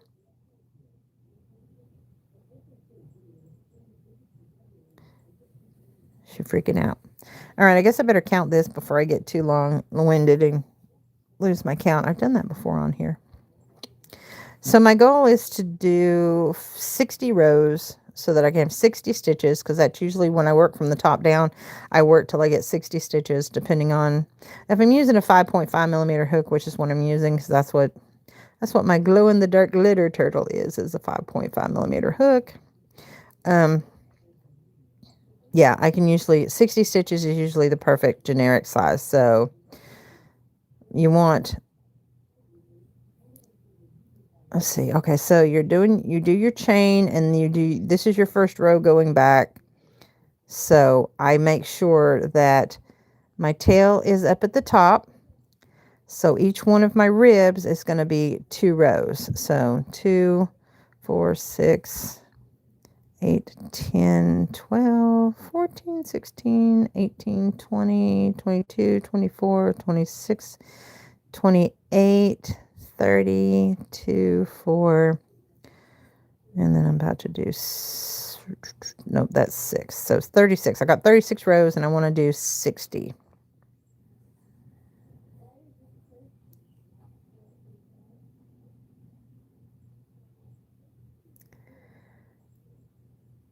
Thank you, Sandy. That is one of my creations. Hi, Miss Betty. How are you? Yeah, this is I'm making silicone hooks. I did a cap out on how many I could sell, because I was selling them. I make them anywhere from a size 3. Is it a 3 millimeter? Oh, shoot, I can't even think what sizes I have. Yes. From a 3 millimeter up to a 6 millimeter. So from a size D hook to a size J hook. And, but yeah, this was one I made for myself that I kept. But I was going to have them in my shop. She is right now. She's home for the summer. She will be a sophomore in college next year, and her and 2 of her friends are getting an apartment together, and so they will be staying in the apartment for the rest of the year. So this is probably going to be her last chilling like a villain. That's cute. So that's so yeah, so she's going to be getting her own place. And it's for the college students. So my guess is after she graduates college, she won't be able, obviously she won't be able to stay there, so.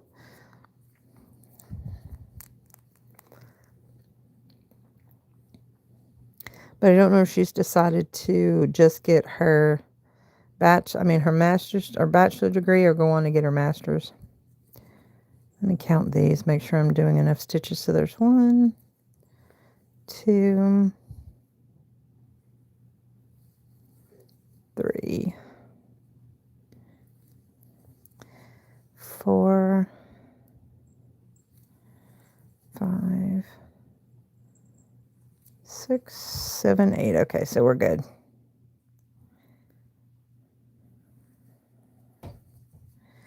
Oh, 7, 8. Did I miscount? Oh, please don't tell me. 1, 2, 3, 4, 5, 6, 7, 8. Yes, okay. Yeah, she went away to college. She left for college. She'll be a sophomore this year. Well, now, she could very honestly become a professional student. Well, the college that she's going to does offer a 6-year program so that she could get her master's if she wanted to stay. And she had enough credits going in that she could graduate a semester early if she wanted to.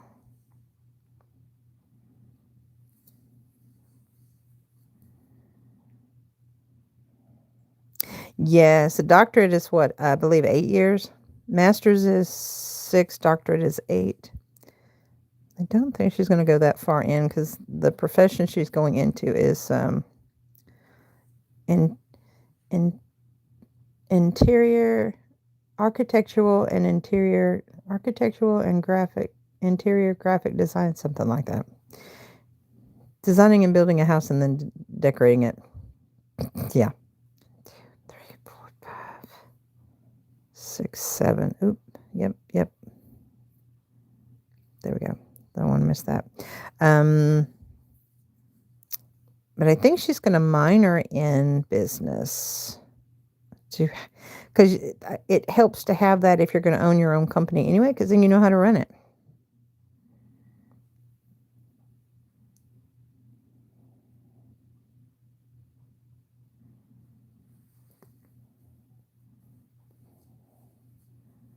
I'm jelly.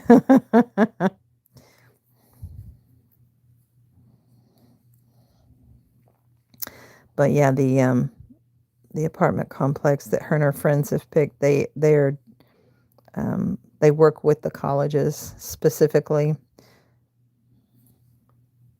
And it's really cool because each room has its own bathroom.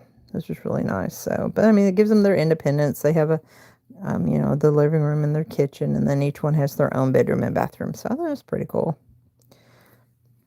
for a 3-bedroom, 3-bath for an insane amount of money. But it is what it is. It's no different than the way it is around here. But it's actually a pretty good deal considering, number one, you get your independence freedom, and number two, it includes all utilities. So, I mean, it's not something that they would have to worry about, which is nice. Because I remember, when I was going through this whole disability case, then there was a scare when I couldn't work, for a year and a half. I was, it's scary when you're trying to figure out, do I pay the light bill or do I eat? I mean, not everybody has had to go through that. I remember going through it when I was a kid with my mom. I didn't know it until I got older that was the situation. Until I could kind of tell when we were young, when I was younger, but because it was just me and my mom, and then she had didn't have custody of 2 of my sisters for a few years, and then she met a man. We had the farm life and got my sisters back to live with us again, and one big happy leave it to Beaver family. That's what my first husband said. You got to leave it to Beaver family. Those of you who know, you know. So, well, no, I wouldn't call it that. We had our dysfunctions like everybody else, but I I mean, I was comfortable. We were happy. We had our typical teenage moments, and two of us were, I graduated high school, and I graduated high school early, and then my other sister graduated high school 2 years after me, and then my little sister, she's 6 years behind me, so when the other sister was coming out, the baby sister was just starting high school. So if you guys get a chance, if you're not subscribing, please consider and hit that like button. It would really help me out. It's free. I'd greatly appreciate it. Thank you so much. Trying to get my watch hours up. And if you hit that notification bell, you should get notified. Thank you so much. Thank you for the like. If you hit that notification bell, you should get notified every time I post a new video. I do at least once a week. I go live once a week. And it's been Saturday Night Lives. It was Friday Night Lives, but Friday night was pushing it. It was just too much for me. Now, next Friday night, I will be going live with Crystal, the Yarny Chicken and Crazy Cat Lady, on her channel, and then still doing my Saturday Night Live. Crystal doesn't stay on as long as I do, and she does hers a lot easier. She does hers around dinner time. I want to say she does it at 7 o'clock my time. No, 6 o'clock my time. Eastern Standard Time. I can't think. She's a year behind. She's in Texas. I'm in Tennessee. Oh, yay. More likes. Thank you, guys. Let me get my heart. Thank you. Thank you. Thank you. 6. Okay, there you go. Yeah, so she goes on at 6, and I will be on with her the last Friday.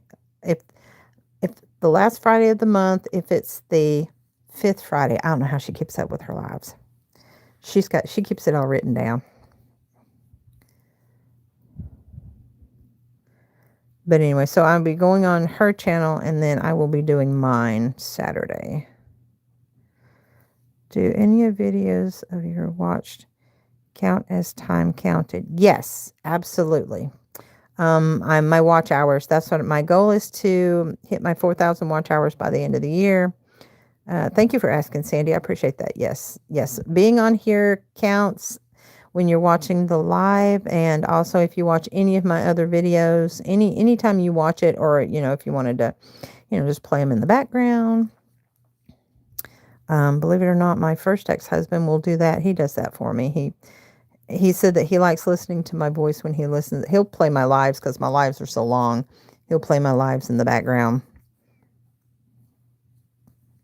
while he's doing stuff around his apartment. He said because it calms him. I don't know how that is, but that's what he said. So okay. Hey, you do you, and that helps me. So I'm okay with that.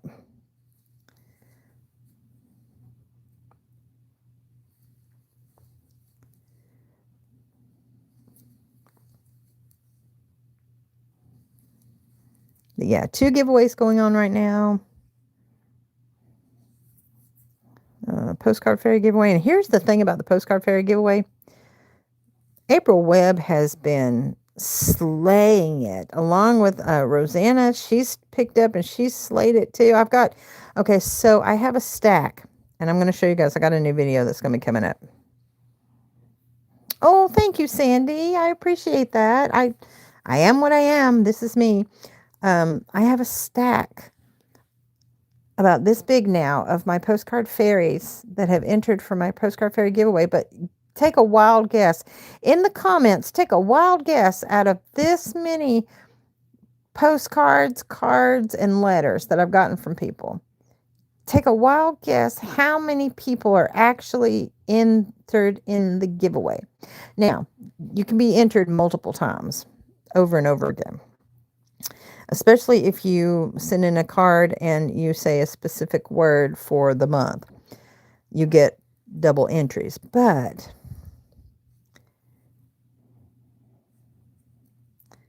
five of us, 785.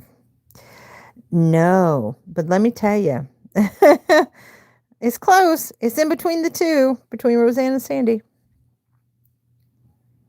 I'll let a couple more people go ahead and do it and guess how many people. Hey, Terry. Hi, Terry's in it. Terry's in the giveaway. Yes. Sandy says, I haven't a clue. Well, I haven't done the tally yet. I haven't had any new people send me cards. I've had my regular people send in postcards and stuff to be in the giveaway. Now, it's still got till the end of, as long as your cards or postcards or letters or anything are post dated by the end of June, you can still be in it.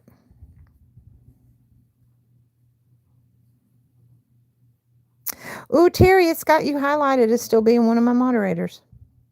I guess you're considered one of my moderators every time I go on if you're in my live with me. That's cool.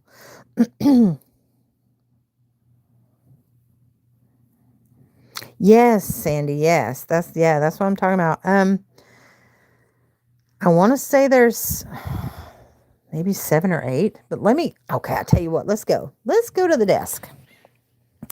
Let's go to the desk and I will show you, because I started writing the names down and I've gotten everybody's names down. I just don't have all the entries tallied up yet. Wait, let me hide you because I don't want any addresses to get exposed because they are on my desk.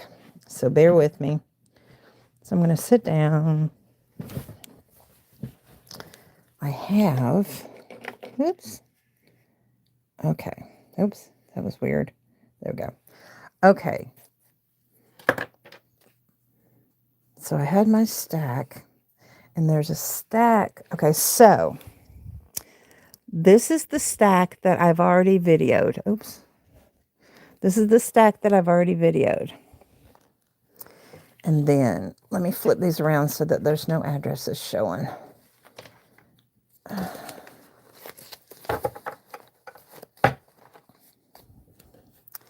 See, what is that? Oh, that was ones I was going over and reading.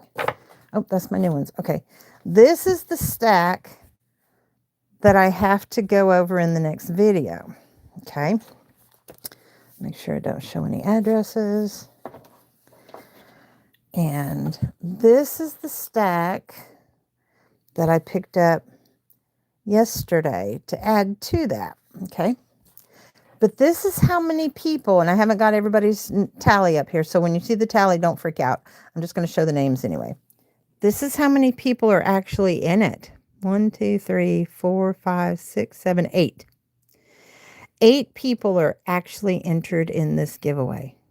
8. Isn't that crazy? But you can enter as many times as you want. So there's only 8 people. And let me show you. This is going in it. So that's what, 10 skeins? 1, 2, 3, 4. I said there was going to be at least 24 skeins of yarn, right? So I've already gone over and, oops, well, I'm knocking stuff over. I've already gone over. This stuff is going to be, this is already stuff I've gone over that's in the giveaway. I've got these cute little socks, and I've got this 10 pack of yarn. I've got some other yarn down there. I've got this crafting bag. I've got this really nice cookbook. I've got a whole set of my custom made not acrylic, silicone hooks going in it. I've got more stuff I'm going to show in it. And you have a choice of whether you want to get the cross stitch giveaway, a cross stitch bundle, or the crochet bundle. I say bundle because it's not going to be shipped in this box. It's going to be shipped in a box that's probably twice that size. But this is more stuff that's going to be added to it. Oh my word. I'm going to have an avalanche here. I'm going to have to go ahead and transfer it over to a bigger bag. But this is my shipping station. It's got all my shipping stuff in it. But yeah. So there you go. Let me turn this light off. Yeah, I've got to go through that. That stack of letters or envelopes that, there's Boo Boo Kitty. Was that Boo Boo Kitty? No, she's outside. That stack of envelope, I have to block off Ramsey so he won't poop behind the couch. That stack of, that all look the same, those are all from one person. Just in the past few weeks. I was planning on doing a video and adding something to the bundle every week, but it got a little overwhelming for me. So I was going to do them every 2 weeks. Well, y'all know it's been 3 weeks. I'm a little behind on that. So, but because they are all from the same people, it makes it a little bit easier. But you can still enter, guys. Make sure you get in on that.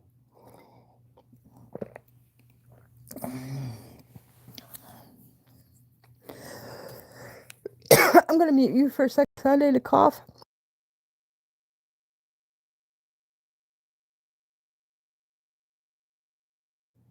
Sorry about that.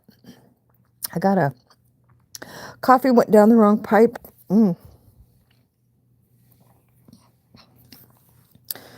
Close. She just did a giveaway with seven stated. Yes, I did. So that, yeah, that was close.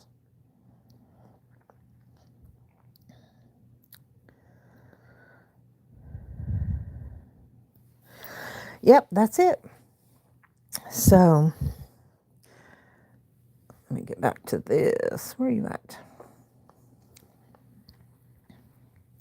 I thought I would at least get one of these done before I'm already at a 2-hour mark here. All right.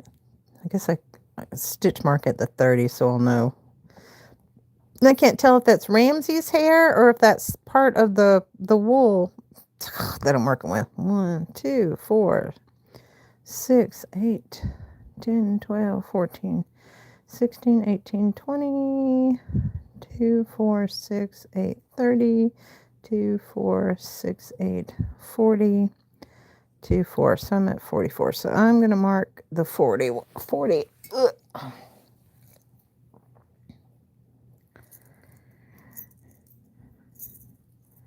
Yes, that is correct. I'm going to be stitching a bunch of them. I'm going to make sure I get the one that doesn't have the size because I'm not using an H. I'm using an I hook.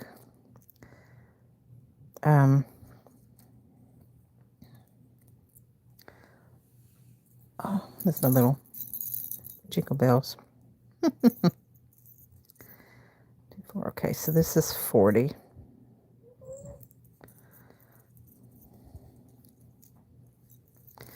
So like I said, I've already got 4 caps done because I had started a couple before we had our meeting on Tuesday, this past Tuesday, the 19th.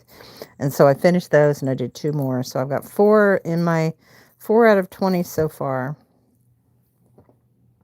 So I'm going to make a bunch of brims because I usually work them from the top down. I prefer doing that method, but I thought this way they would be a blank canvas. I'll have the brims already done, and then I could just do whatever stitch or colors I want and add it to it.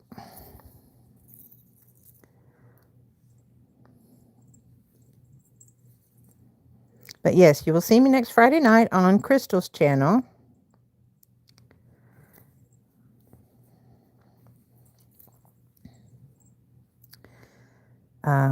And then I will be on Saturday night. And I had asked people what they preferred me coming on at 10, if it was making it a little bit easier for you guys, if I came on earlier than normally my midnight makes. Because when I first started doing the midnight makes, it was because I just couldn't sleep. I got a wild hair. I wasn't working, and I was just coming on around midnight. I would be up late and think, well, I'm just going to go live and start talking to people. So that's where the midnight makes came from. And then I thought Saturday Night Live, there's so many other great creators out there in our community, and I don't want to overlap on their timeline. I don't know of anybody else that does them this late.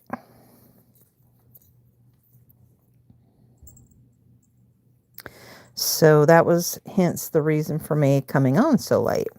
But it was suggested by my cute little friend, Miss Jasmine, that I do one daytime live.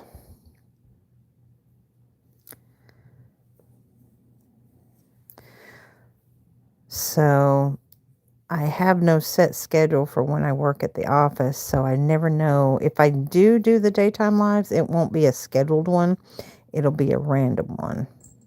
But if I'm not mistaken, like I have another channel called The Blind Stitcher, and The Blind Stitcher gets notifications of when Young 40 Mom Crafts comes on. So I know that if you hit that notification bell, you should get an email if you have it set up that way that will tell you when I come on live. It says, I'm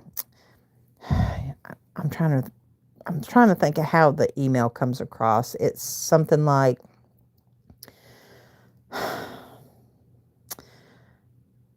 YouTube creator or Young 40 Mom YouTube creator is live or now live. Young 40 Mom is on YouTube or something like that. Anyway, it gives you I work, sleep happens when it does. Daytime worker I am.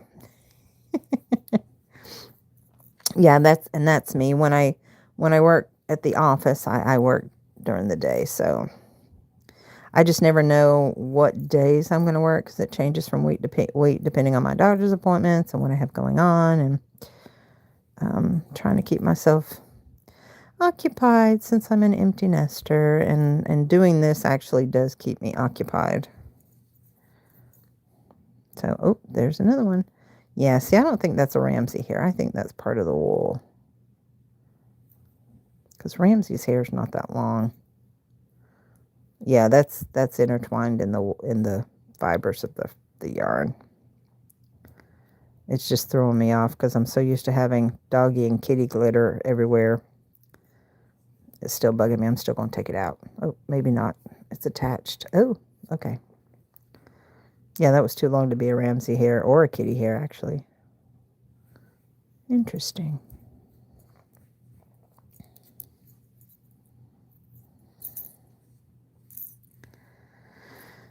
All right, working back across. So if that was my 40, 2, 4, 6, 8. And I want to end, like I said, the opposite of here to make sure it's an even number. So we're not at, well, actually, you know what? No, I'm going to do, I think, I want it to be, I measured the other one on how I wanted it, and I want to say I measured it and it was between 9 and 9.5 inches across because it stretches.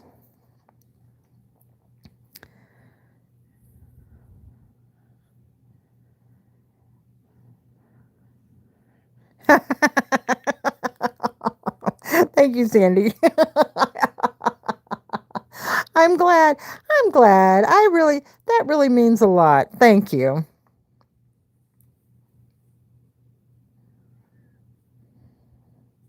Good night, Miss Sandy. Thank you for coming in. I appreciate it. Go get your sleep. Get it while you can. Tomorrow's another day. I appreciate you coming by. I said I wasn't going to go more than 2 hours, and we're right at 2:10 right now. I say that all the time. I'm not going to go long, guys. No, I may go an hour tonight, guys. And what's it turn out to be? 2 or 3 hours? Always. But what YouTube does when it hits that 2-hour mark, I get a little spinny wheel in the middle of my screen. You guys don't, from what I've heard when I've talked with you guys. Oh, thank you for the likes. Thank you. When I've heard talk to you guys, you don't see the little spinny thing, but it says the spinny thing, and it says, then it'll say, in the middle of the spinny thing, it'll say, welcome back. You're live. But I don't think you guys see, I don't think you guys see that. From when I've asked you guys, do you guys get a lag, or did you guys did the feed stop on your end? And you guys have told me no. So when I hit the 2-hour mark, usually it will do that on my end, because I use the YouTube Live. I don't use the StreamYard. I think StreamYard, from what Crystal tells me, I think StreamYard limits you. Unless you pay for their programming, it limits you how many hours, you can actually go live with their program for free. YouTube is unlimited. If you go live through YouTube, it's unlimited.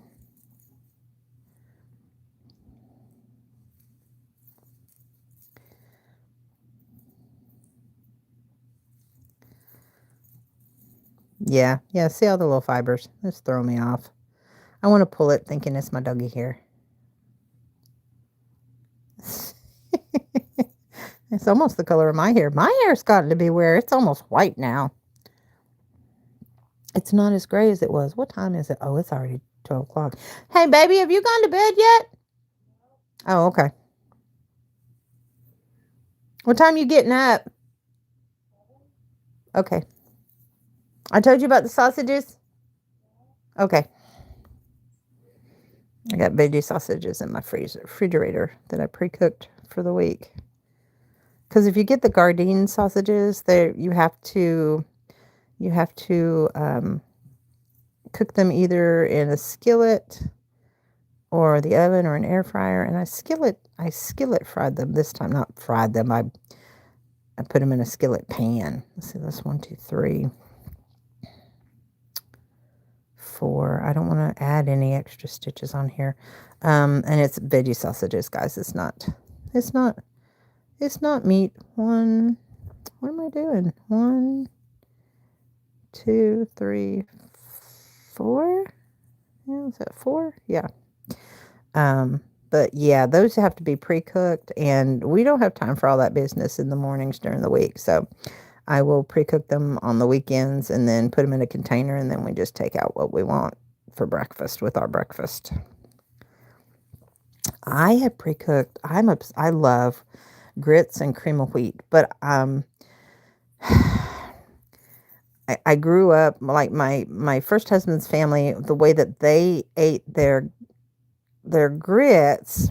They ate their grits with salt, butter, and jelly or syrup. They ate their cream of wheat with, I want to say they ate it similar, or sometimes they ate it as a sweet, sometimes they ate it as a savory. I always like my grits and my mom, I want to say that she did her cream of wheat with jelly or syrup too. I prefer both of them savory. I prefer both of them. I liked back in the day when you could get the prepackaged Quaker instant grits. And you just open the packet, add hot boiling water, and you would add, you could get the cheesy kind, or you could get the kind with the ham, which actually wasn't real ham, come to find out. It's actually a soy product. But it's supposed to taste like ham, or bacon or whatever. But yeah, I like it that way. I like my grits and my cream of wheat with salt, butter, pepper.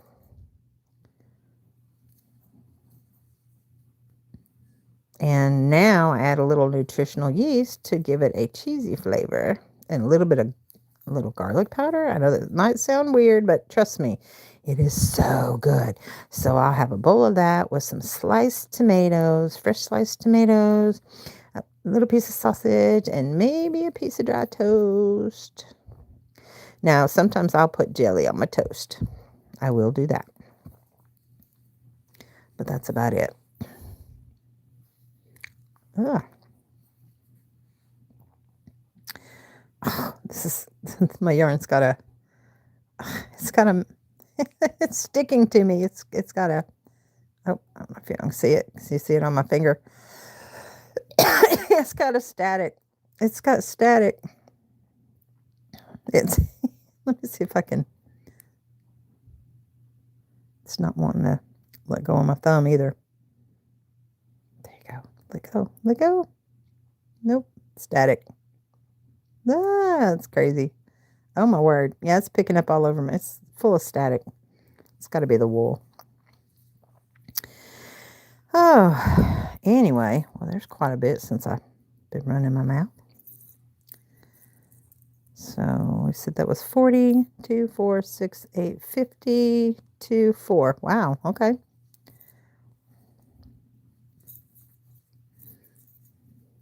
I am determined to finish this before I leave. I am determined. I am going to get my 60 in and then just whipping around the 60 stitches when I do the single crochet round for the first round for the hat for the base. That's not going to take long at all. So are you guys stitching and listening at the same time? I know Terry probably is. I'm going to assume Susan is as well. Roseanne, you've been kind of interacting. I don't know where Jasmine is tonight. Jasmine usually comes in on my Saturday Night Live. She may pop on later, but it'll be probably by the time I'm gone. Oops, where'd you go? So I made myself a little bit of red curry for dinner. I think there it is, reconnecting. That's what it says. You're live, reconnecting. It just did it. Susan's working on a blanket.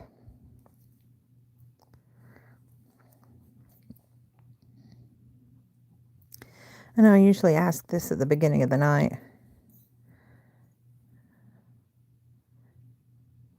Been knitting for a few hours now.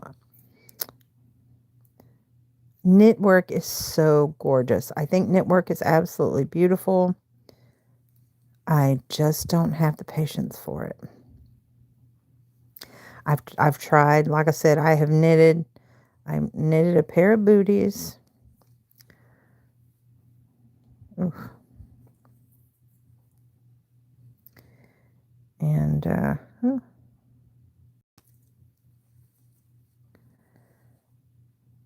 and that was actually the question that I had you guys for the knit giveaway.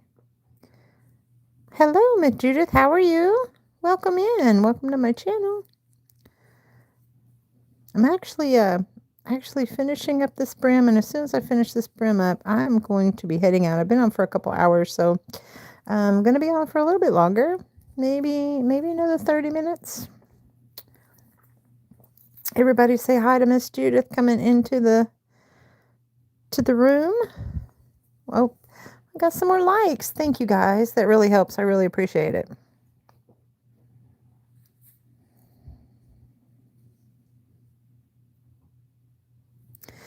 But yeah, as far as knitting, I like going and watching knitting videos and seeing what all's being made, because it's so intricate, and so, to me, it's very delicate work.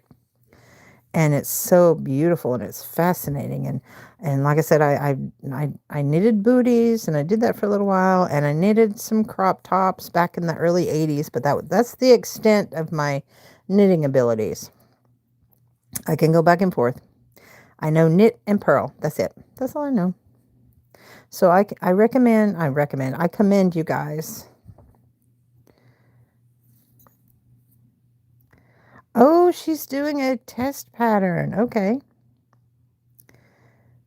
It's a test knit pattern. Oh, it's a blanket? Wow. That will show illustrations of the Brooklyn skyline. Ooh, that's going to be beautiful.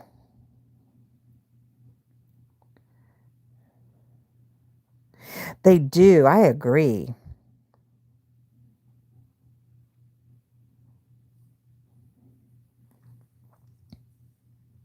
That's going to be gorgeous. Yeah, it's like, that's why I've really gotten to where I've done a couple. I like the Graphgans. Getting into doing graft crochet, because I feel like your knit, you have more of that, and the different stitches that you can do with knit is just, I don't know. I have this fear of dropping a stitch. I've done it before. I've gotten upset, not catching it in time, and breaking my heart after I spent all that time trying to knit. And I'm not quick at it like I am with crochet. I've been knitting. I've knitted as long as I was taught around the same time, and I just enjoyed crochet more. But my great grandmother was the one that taught me how to knit.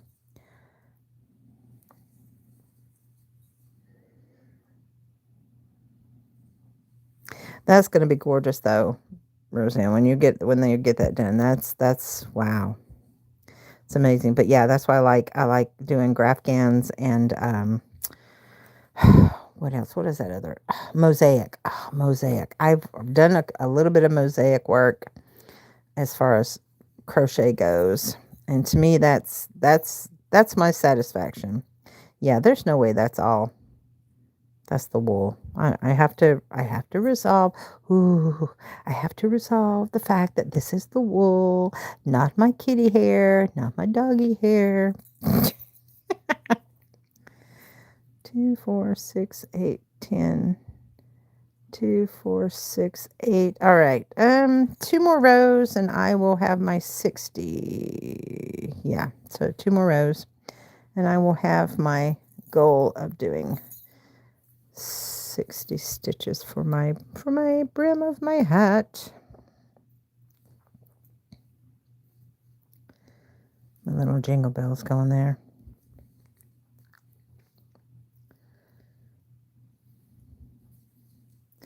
Well, Judy, if you get a chance, if you haven't already, go check out in the description box in all my videos recently anyway.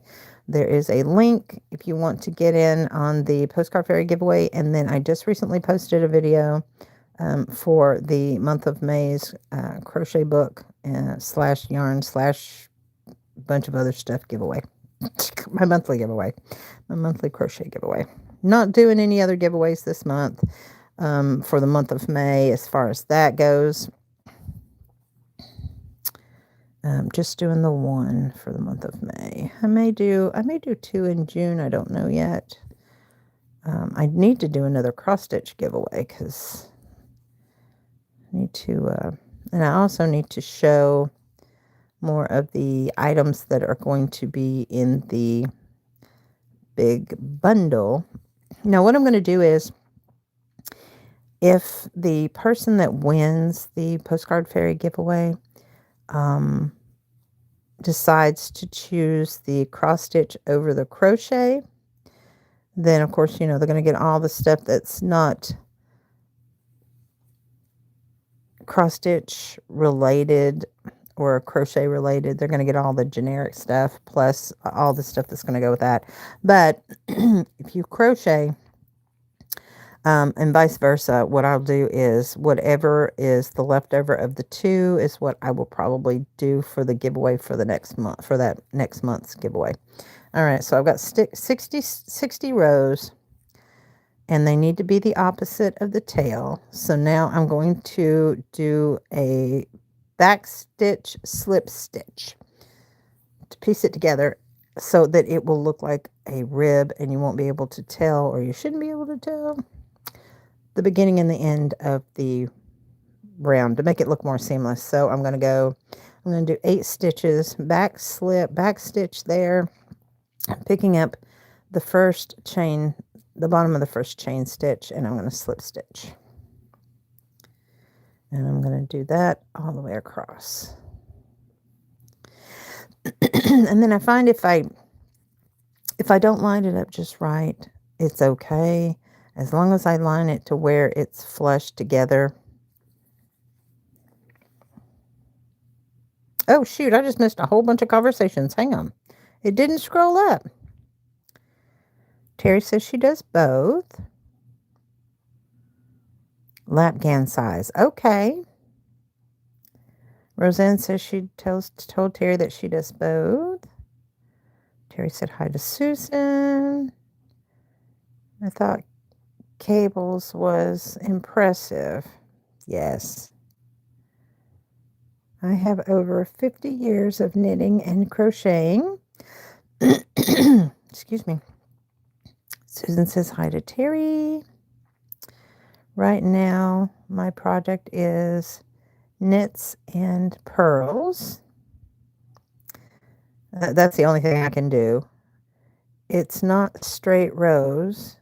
If knit or purl, it's broken down into multiple stitches here and there on the row. Oh, wow. Yeah, no. That's all you, honey, because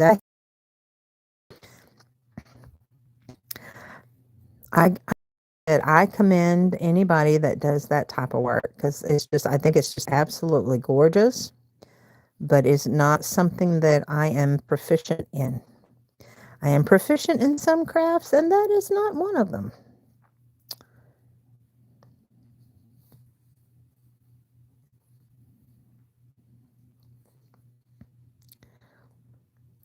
As long as you get the back loop on this one, even if you don't pick up right here, as long as it's flush when you're done, it's okay. It doesn't pucker, or at least I have found that it doesn't pucker.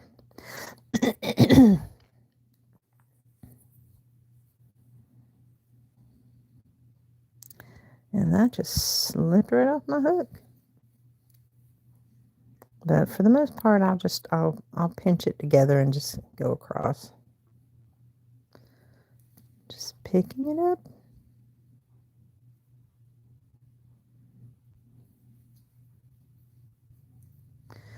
I wonder why it does that. Why it doesn't scroll sometimes. It's very odd. So it's happened to me before where I've missed you guys' comments. Oh, come on now. I only got 2 stitches. There we go. All right, we're getting there. This will be the last one. And then the top and the ends. And it doesn't want to go in there.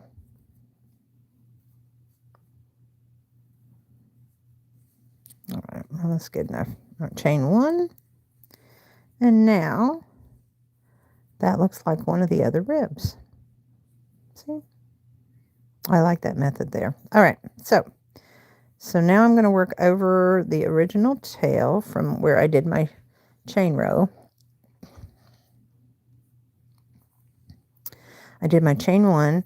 I'm going to do, thank you, I'm going to do a single crochet row of 60 stitches, and how I judge it is I will do, where the rib is, I'll do a stitch on either side of the rib. So I'm going to do a single crochet here, and then on this side, instead of picking it up right here to where there's holes, I will go down a little bit, because like if you pick it up right here, there's like a hole. I don't know if you can see it or not since it's gray, but I'll go down a little bit. I'll go down to about right here, and I will elongate that stitch so that it doesn't leave any holes or gapes. So like right here is a better example. Well, I just showed it. Why is it not? Okay, maybe. No. Anyway, there it is. You can see it right now. See right there? Okay, maybe if I put a shadow. See where that gape hole is right there on that side of that? I'll go down just a little bit further down here and pick it up and just do an elongated stitch instead of picking it up there. Where did it go? Oh, come on. I will do an elongated stitch a little bit further down. Well, that one's not going to do it.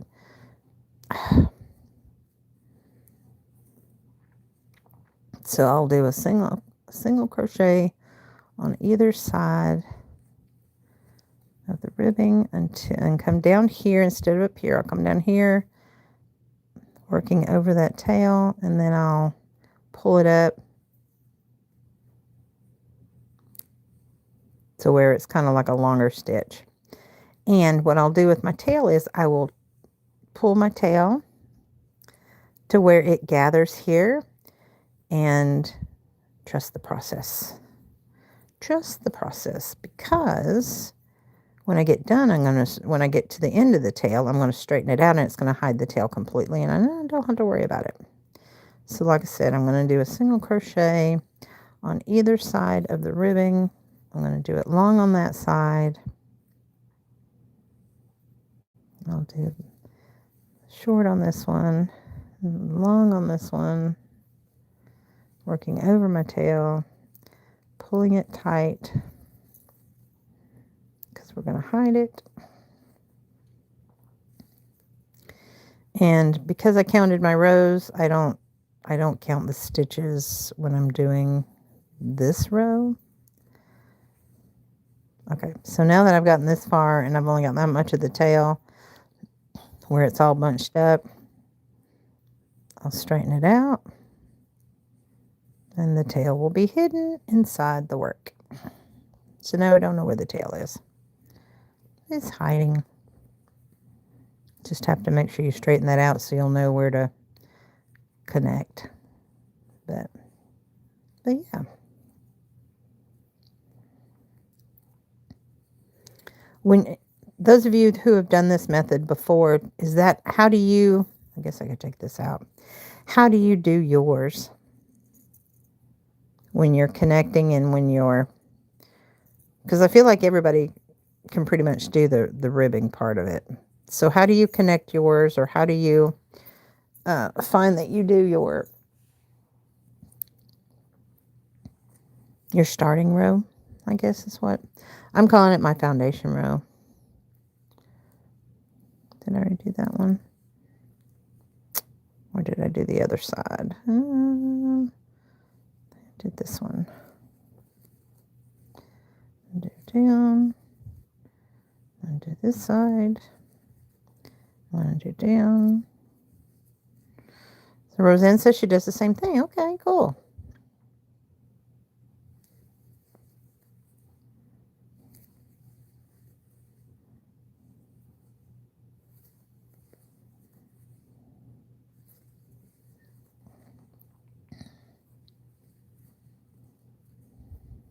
Uh-oh. Did I get that already? Yes, okay. Those of you who don't know, when I'm reading the comments, it is, even though you can see it, the reason why I read the comments is because when people go back and watch the replay, the comments are not there. So I like to read them so that they can know what conversation that we're having back and forth when people go back and watch the replay. Ooh, my air conditioner just kicked on. Y'all, it is cold in here. Of course, it's warm and muggy outside. It's really weird Tennessee weather right now, but it's our storming season. The elongated stitch is new for me. I find it's a lot better for so there's no gap there.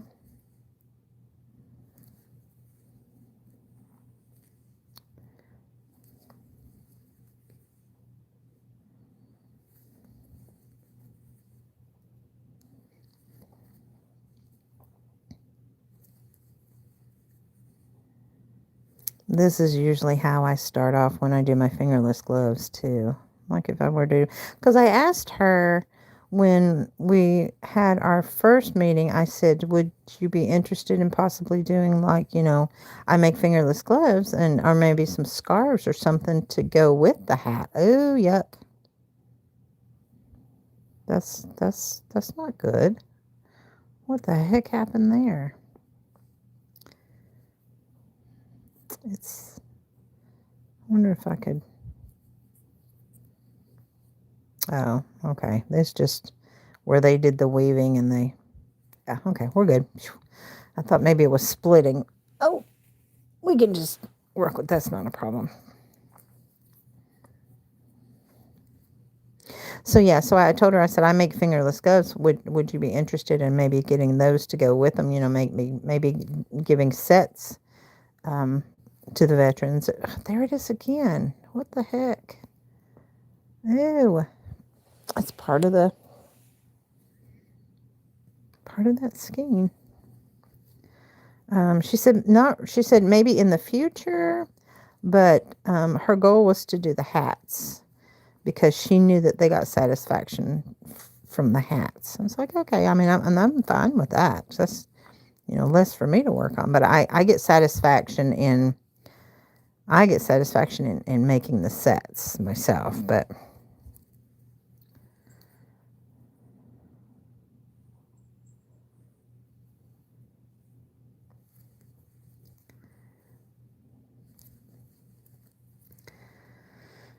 all right, we are coming up to the end.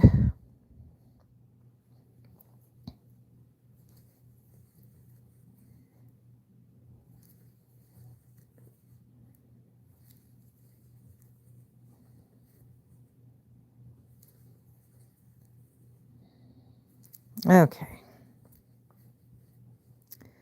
Go to the bottom. Up here. All right. I'm going to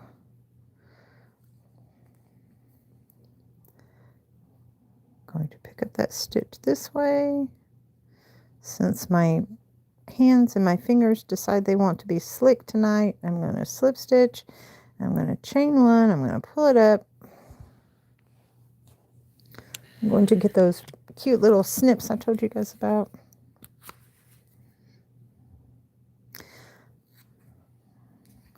And they are, suckers are sharp. All right, I'm not going to pull it out. I'm going to leave it like that. I'm going to put a stitch marker. A cute little, little bell stitch marker. So I think these are, I like these because they're great for crochet and for knit.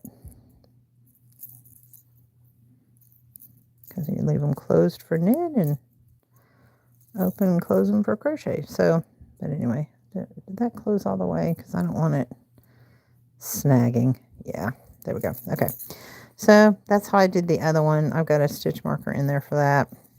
So that's what I do. That's what I do for my base. That's all she wrote. So there's another one down. And then I will just connect and work whatever I'm going to work with it. So now I have two. There's a stitch marker in this one. So I have two. Now see, dang it. This is 60 rows. This is 60 rows using the same hook. But because of the type of yarn that it is, look at the difference. This one's got a good inch on it over this one.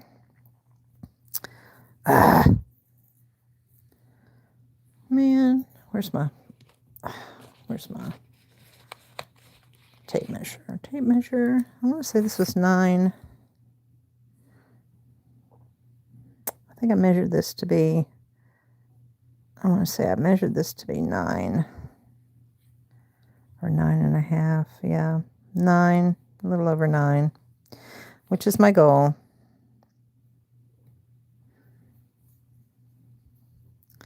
The 0 doesn't start till right there. No. See, now how is that possible? Y'all see that, right? So like here's the 0 and I'm holding it. It's going to about 9.5. Okay, let's do that one. It may be just the way the yarn has stretched out. Okay, so let's do it with this one. So there's 0. I've got it pinched. Run it down. Okay, there we go. That's 8.5. So that is an inch. I said about an inch, so that'd be about right. All right, so that's 8.5. So I try to get it between 8 and 9 inches across. So I mean that's an inch. It's not too bad. That'll be for a bigger hat head, a fatter head. Yeah, a fatter head, a bigger head. That stitch marker is so pretty. Did you make that? I did. I had a bunch of little tiny Christmas bells, and I did a Christmas themed stitch marker set, which will be in my Etsy shop one day. I say one day because I keep saying everything's going to go in the Etsy shop, and I haven't done any of that yet. I had these big jump rings, and I had these seed beads, and I thought, oh, I'm going to put the seed beads in between, and I thought it'd be really cute. It's very Christmassy, but yeah, thank you. I did do that. Happy Memorial Day, Miss Susan. Memorial Day weekend, yes. Yes, and our traffic around here is definitely showing that. Ugh. All right, guys, I am done. It has been 2 hours and 40 minutes. Thank you for sticking with me. Thank you for the likes. I appreciate it. Have a happy Memorial Day. Have a good weekend. Enjoy the rest of your weekend, such as it is. I know some people are off on Monday. My daughter and I are actually going to be working, probably half a day, but I don't know why. We don't have a barbecue or nothing to go to, but anyway. So I hope you guys have a blessed weekend. Have a great day. Thank you for taking the time to spend with me. And I hope to see you really soon. Remember, next Saturday night, Friday night, I'll be with Crystal at 7 or 6 7 p.m. Eastern, 6 Central. And then I will be here between 10 and 11 next Saturday night. So love you guys. Thank you. Bye. Keep it real. Love you. Peace out.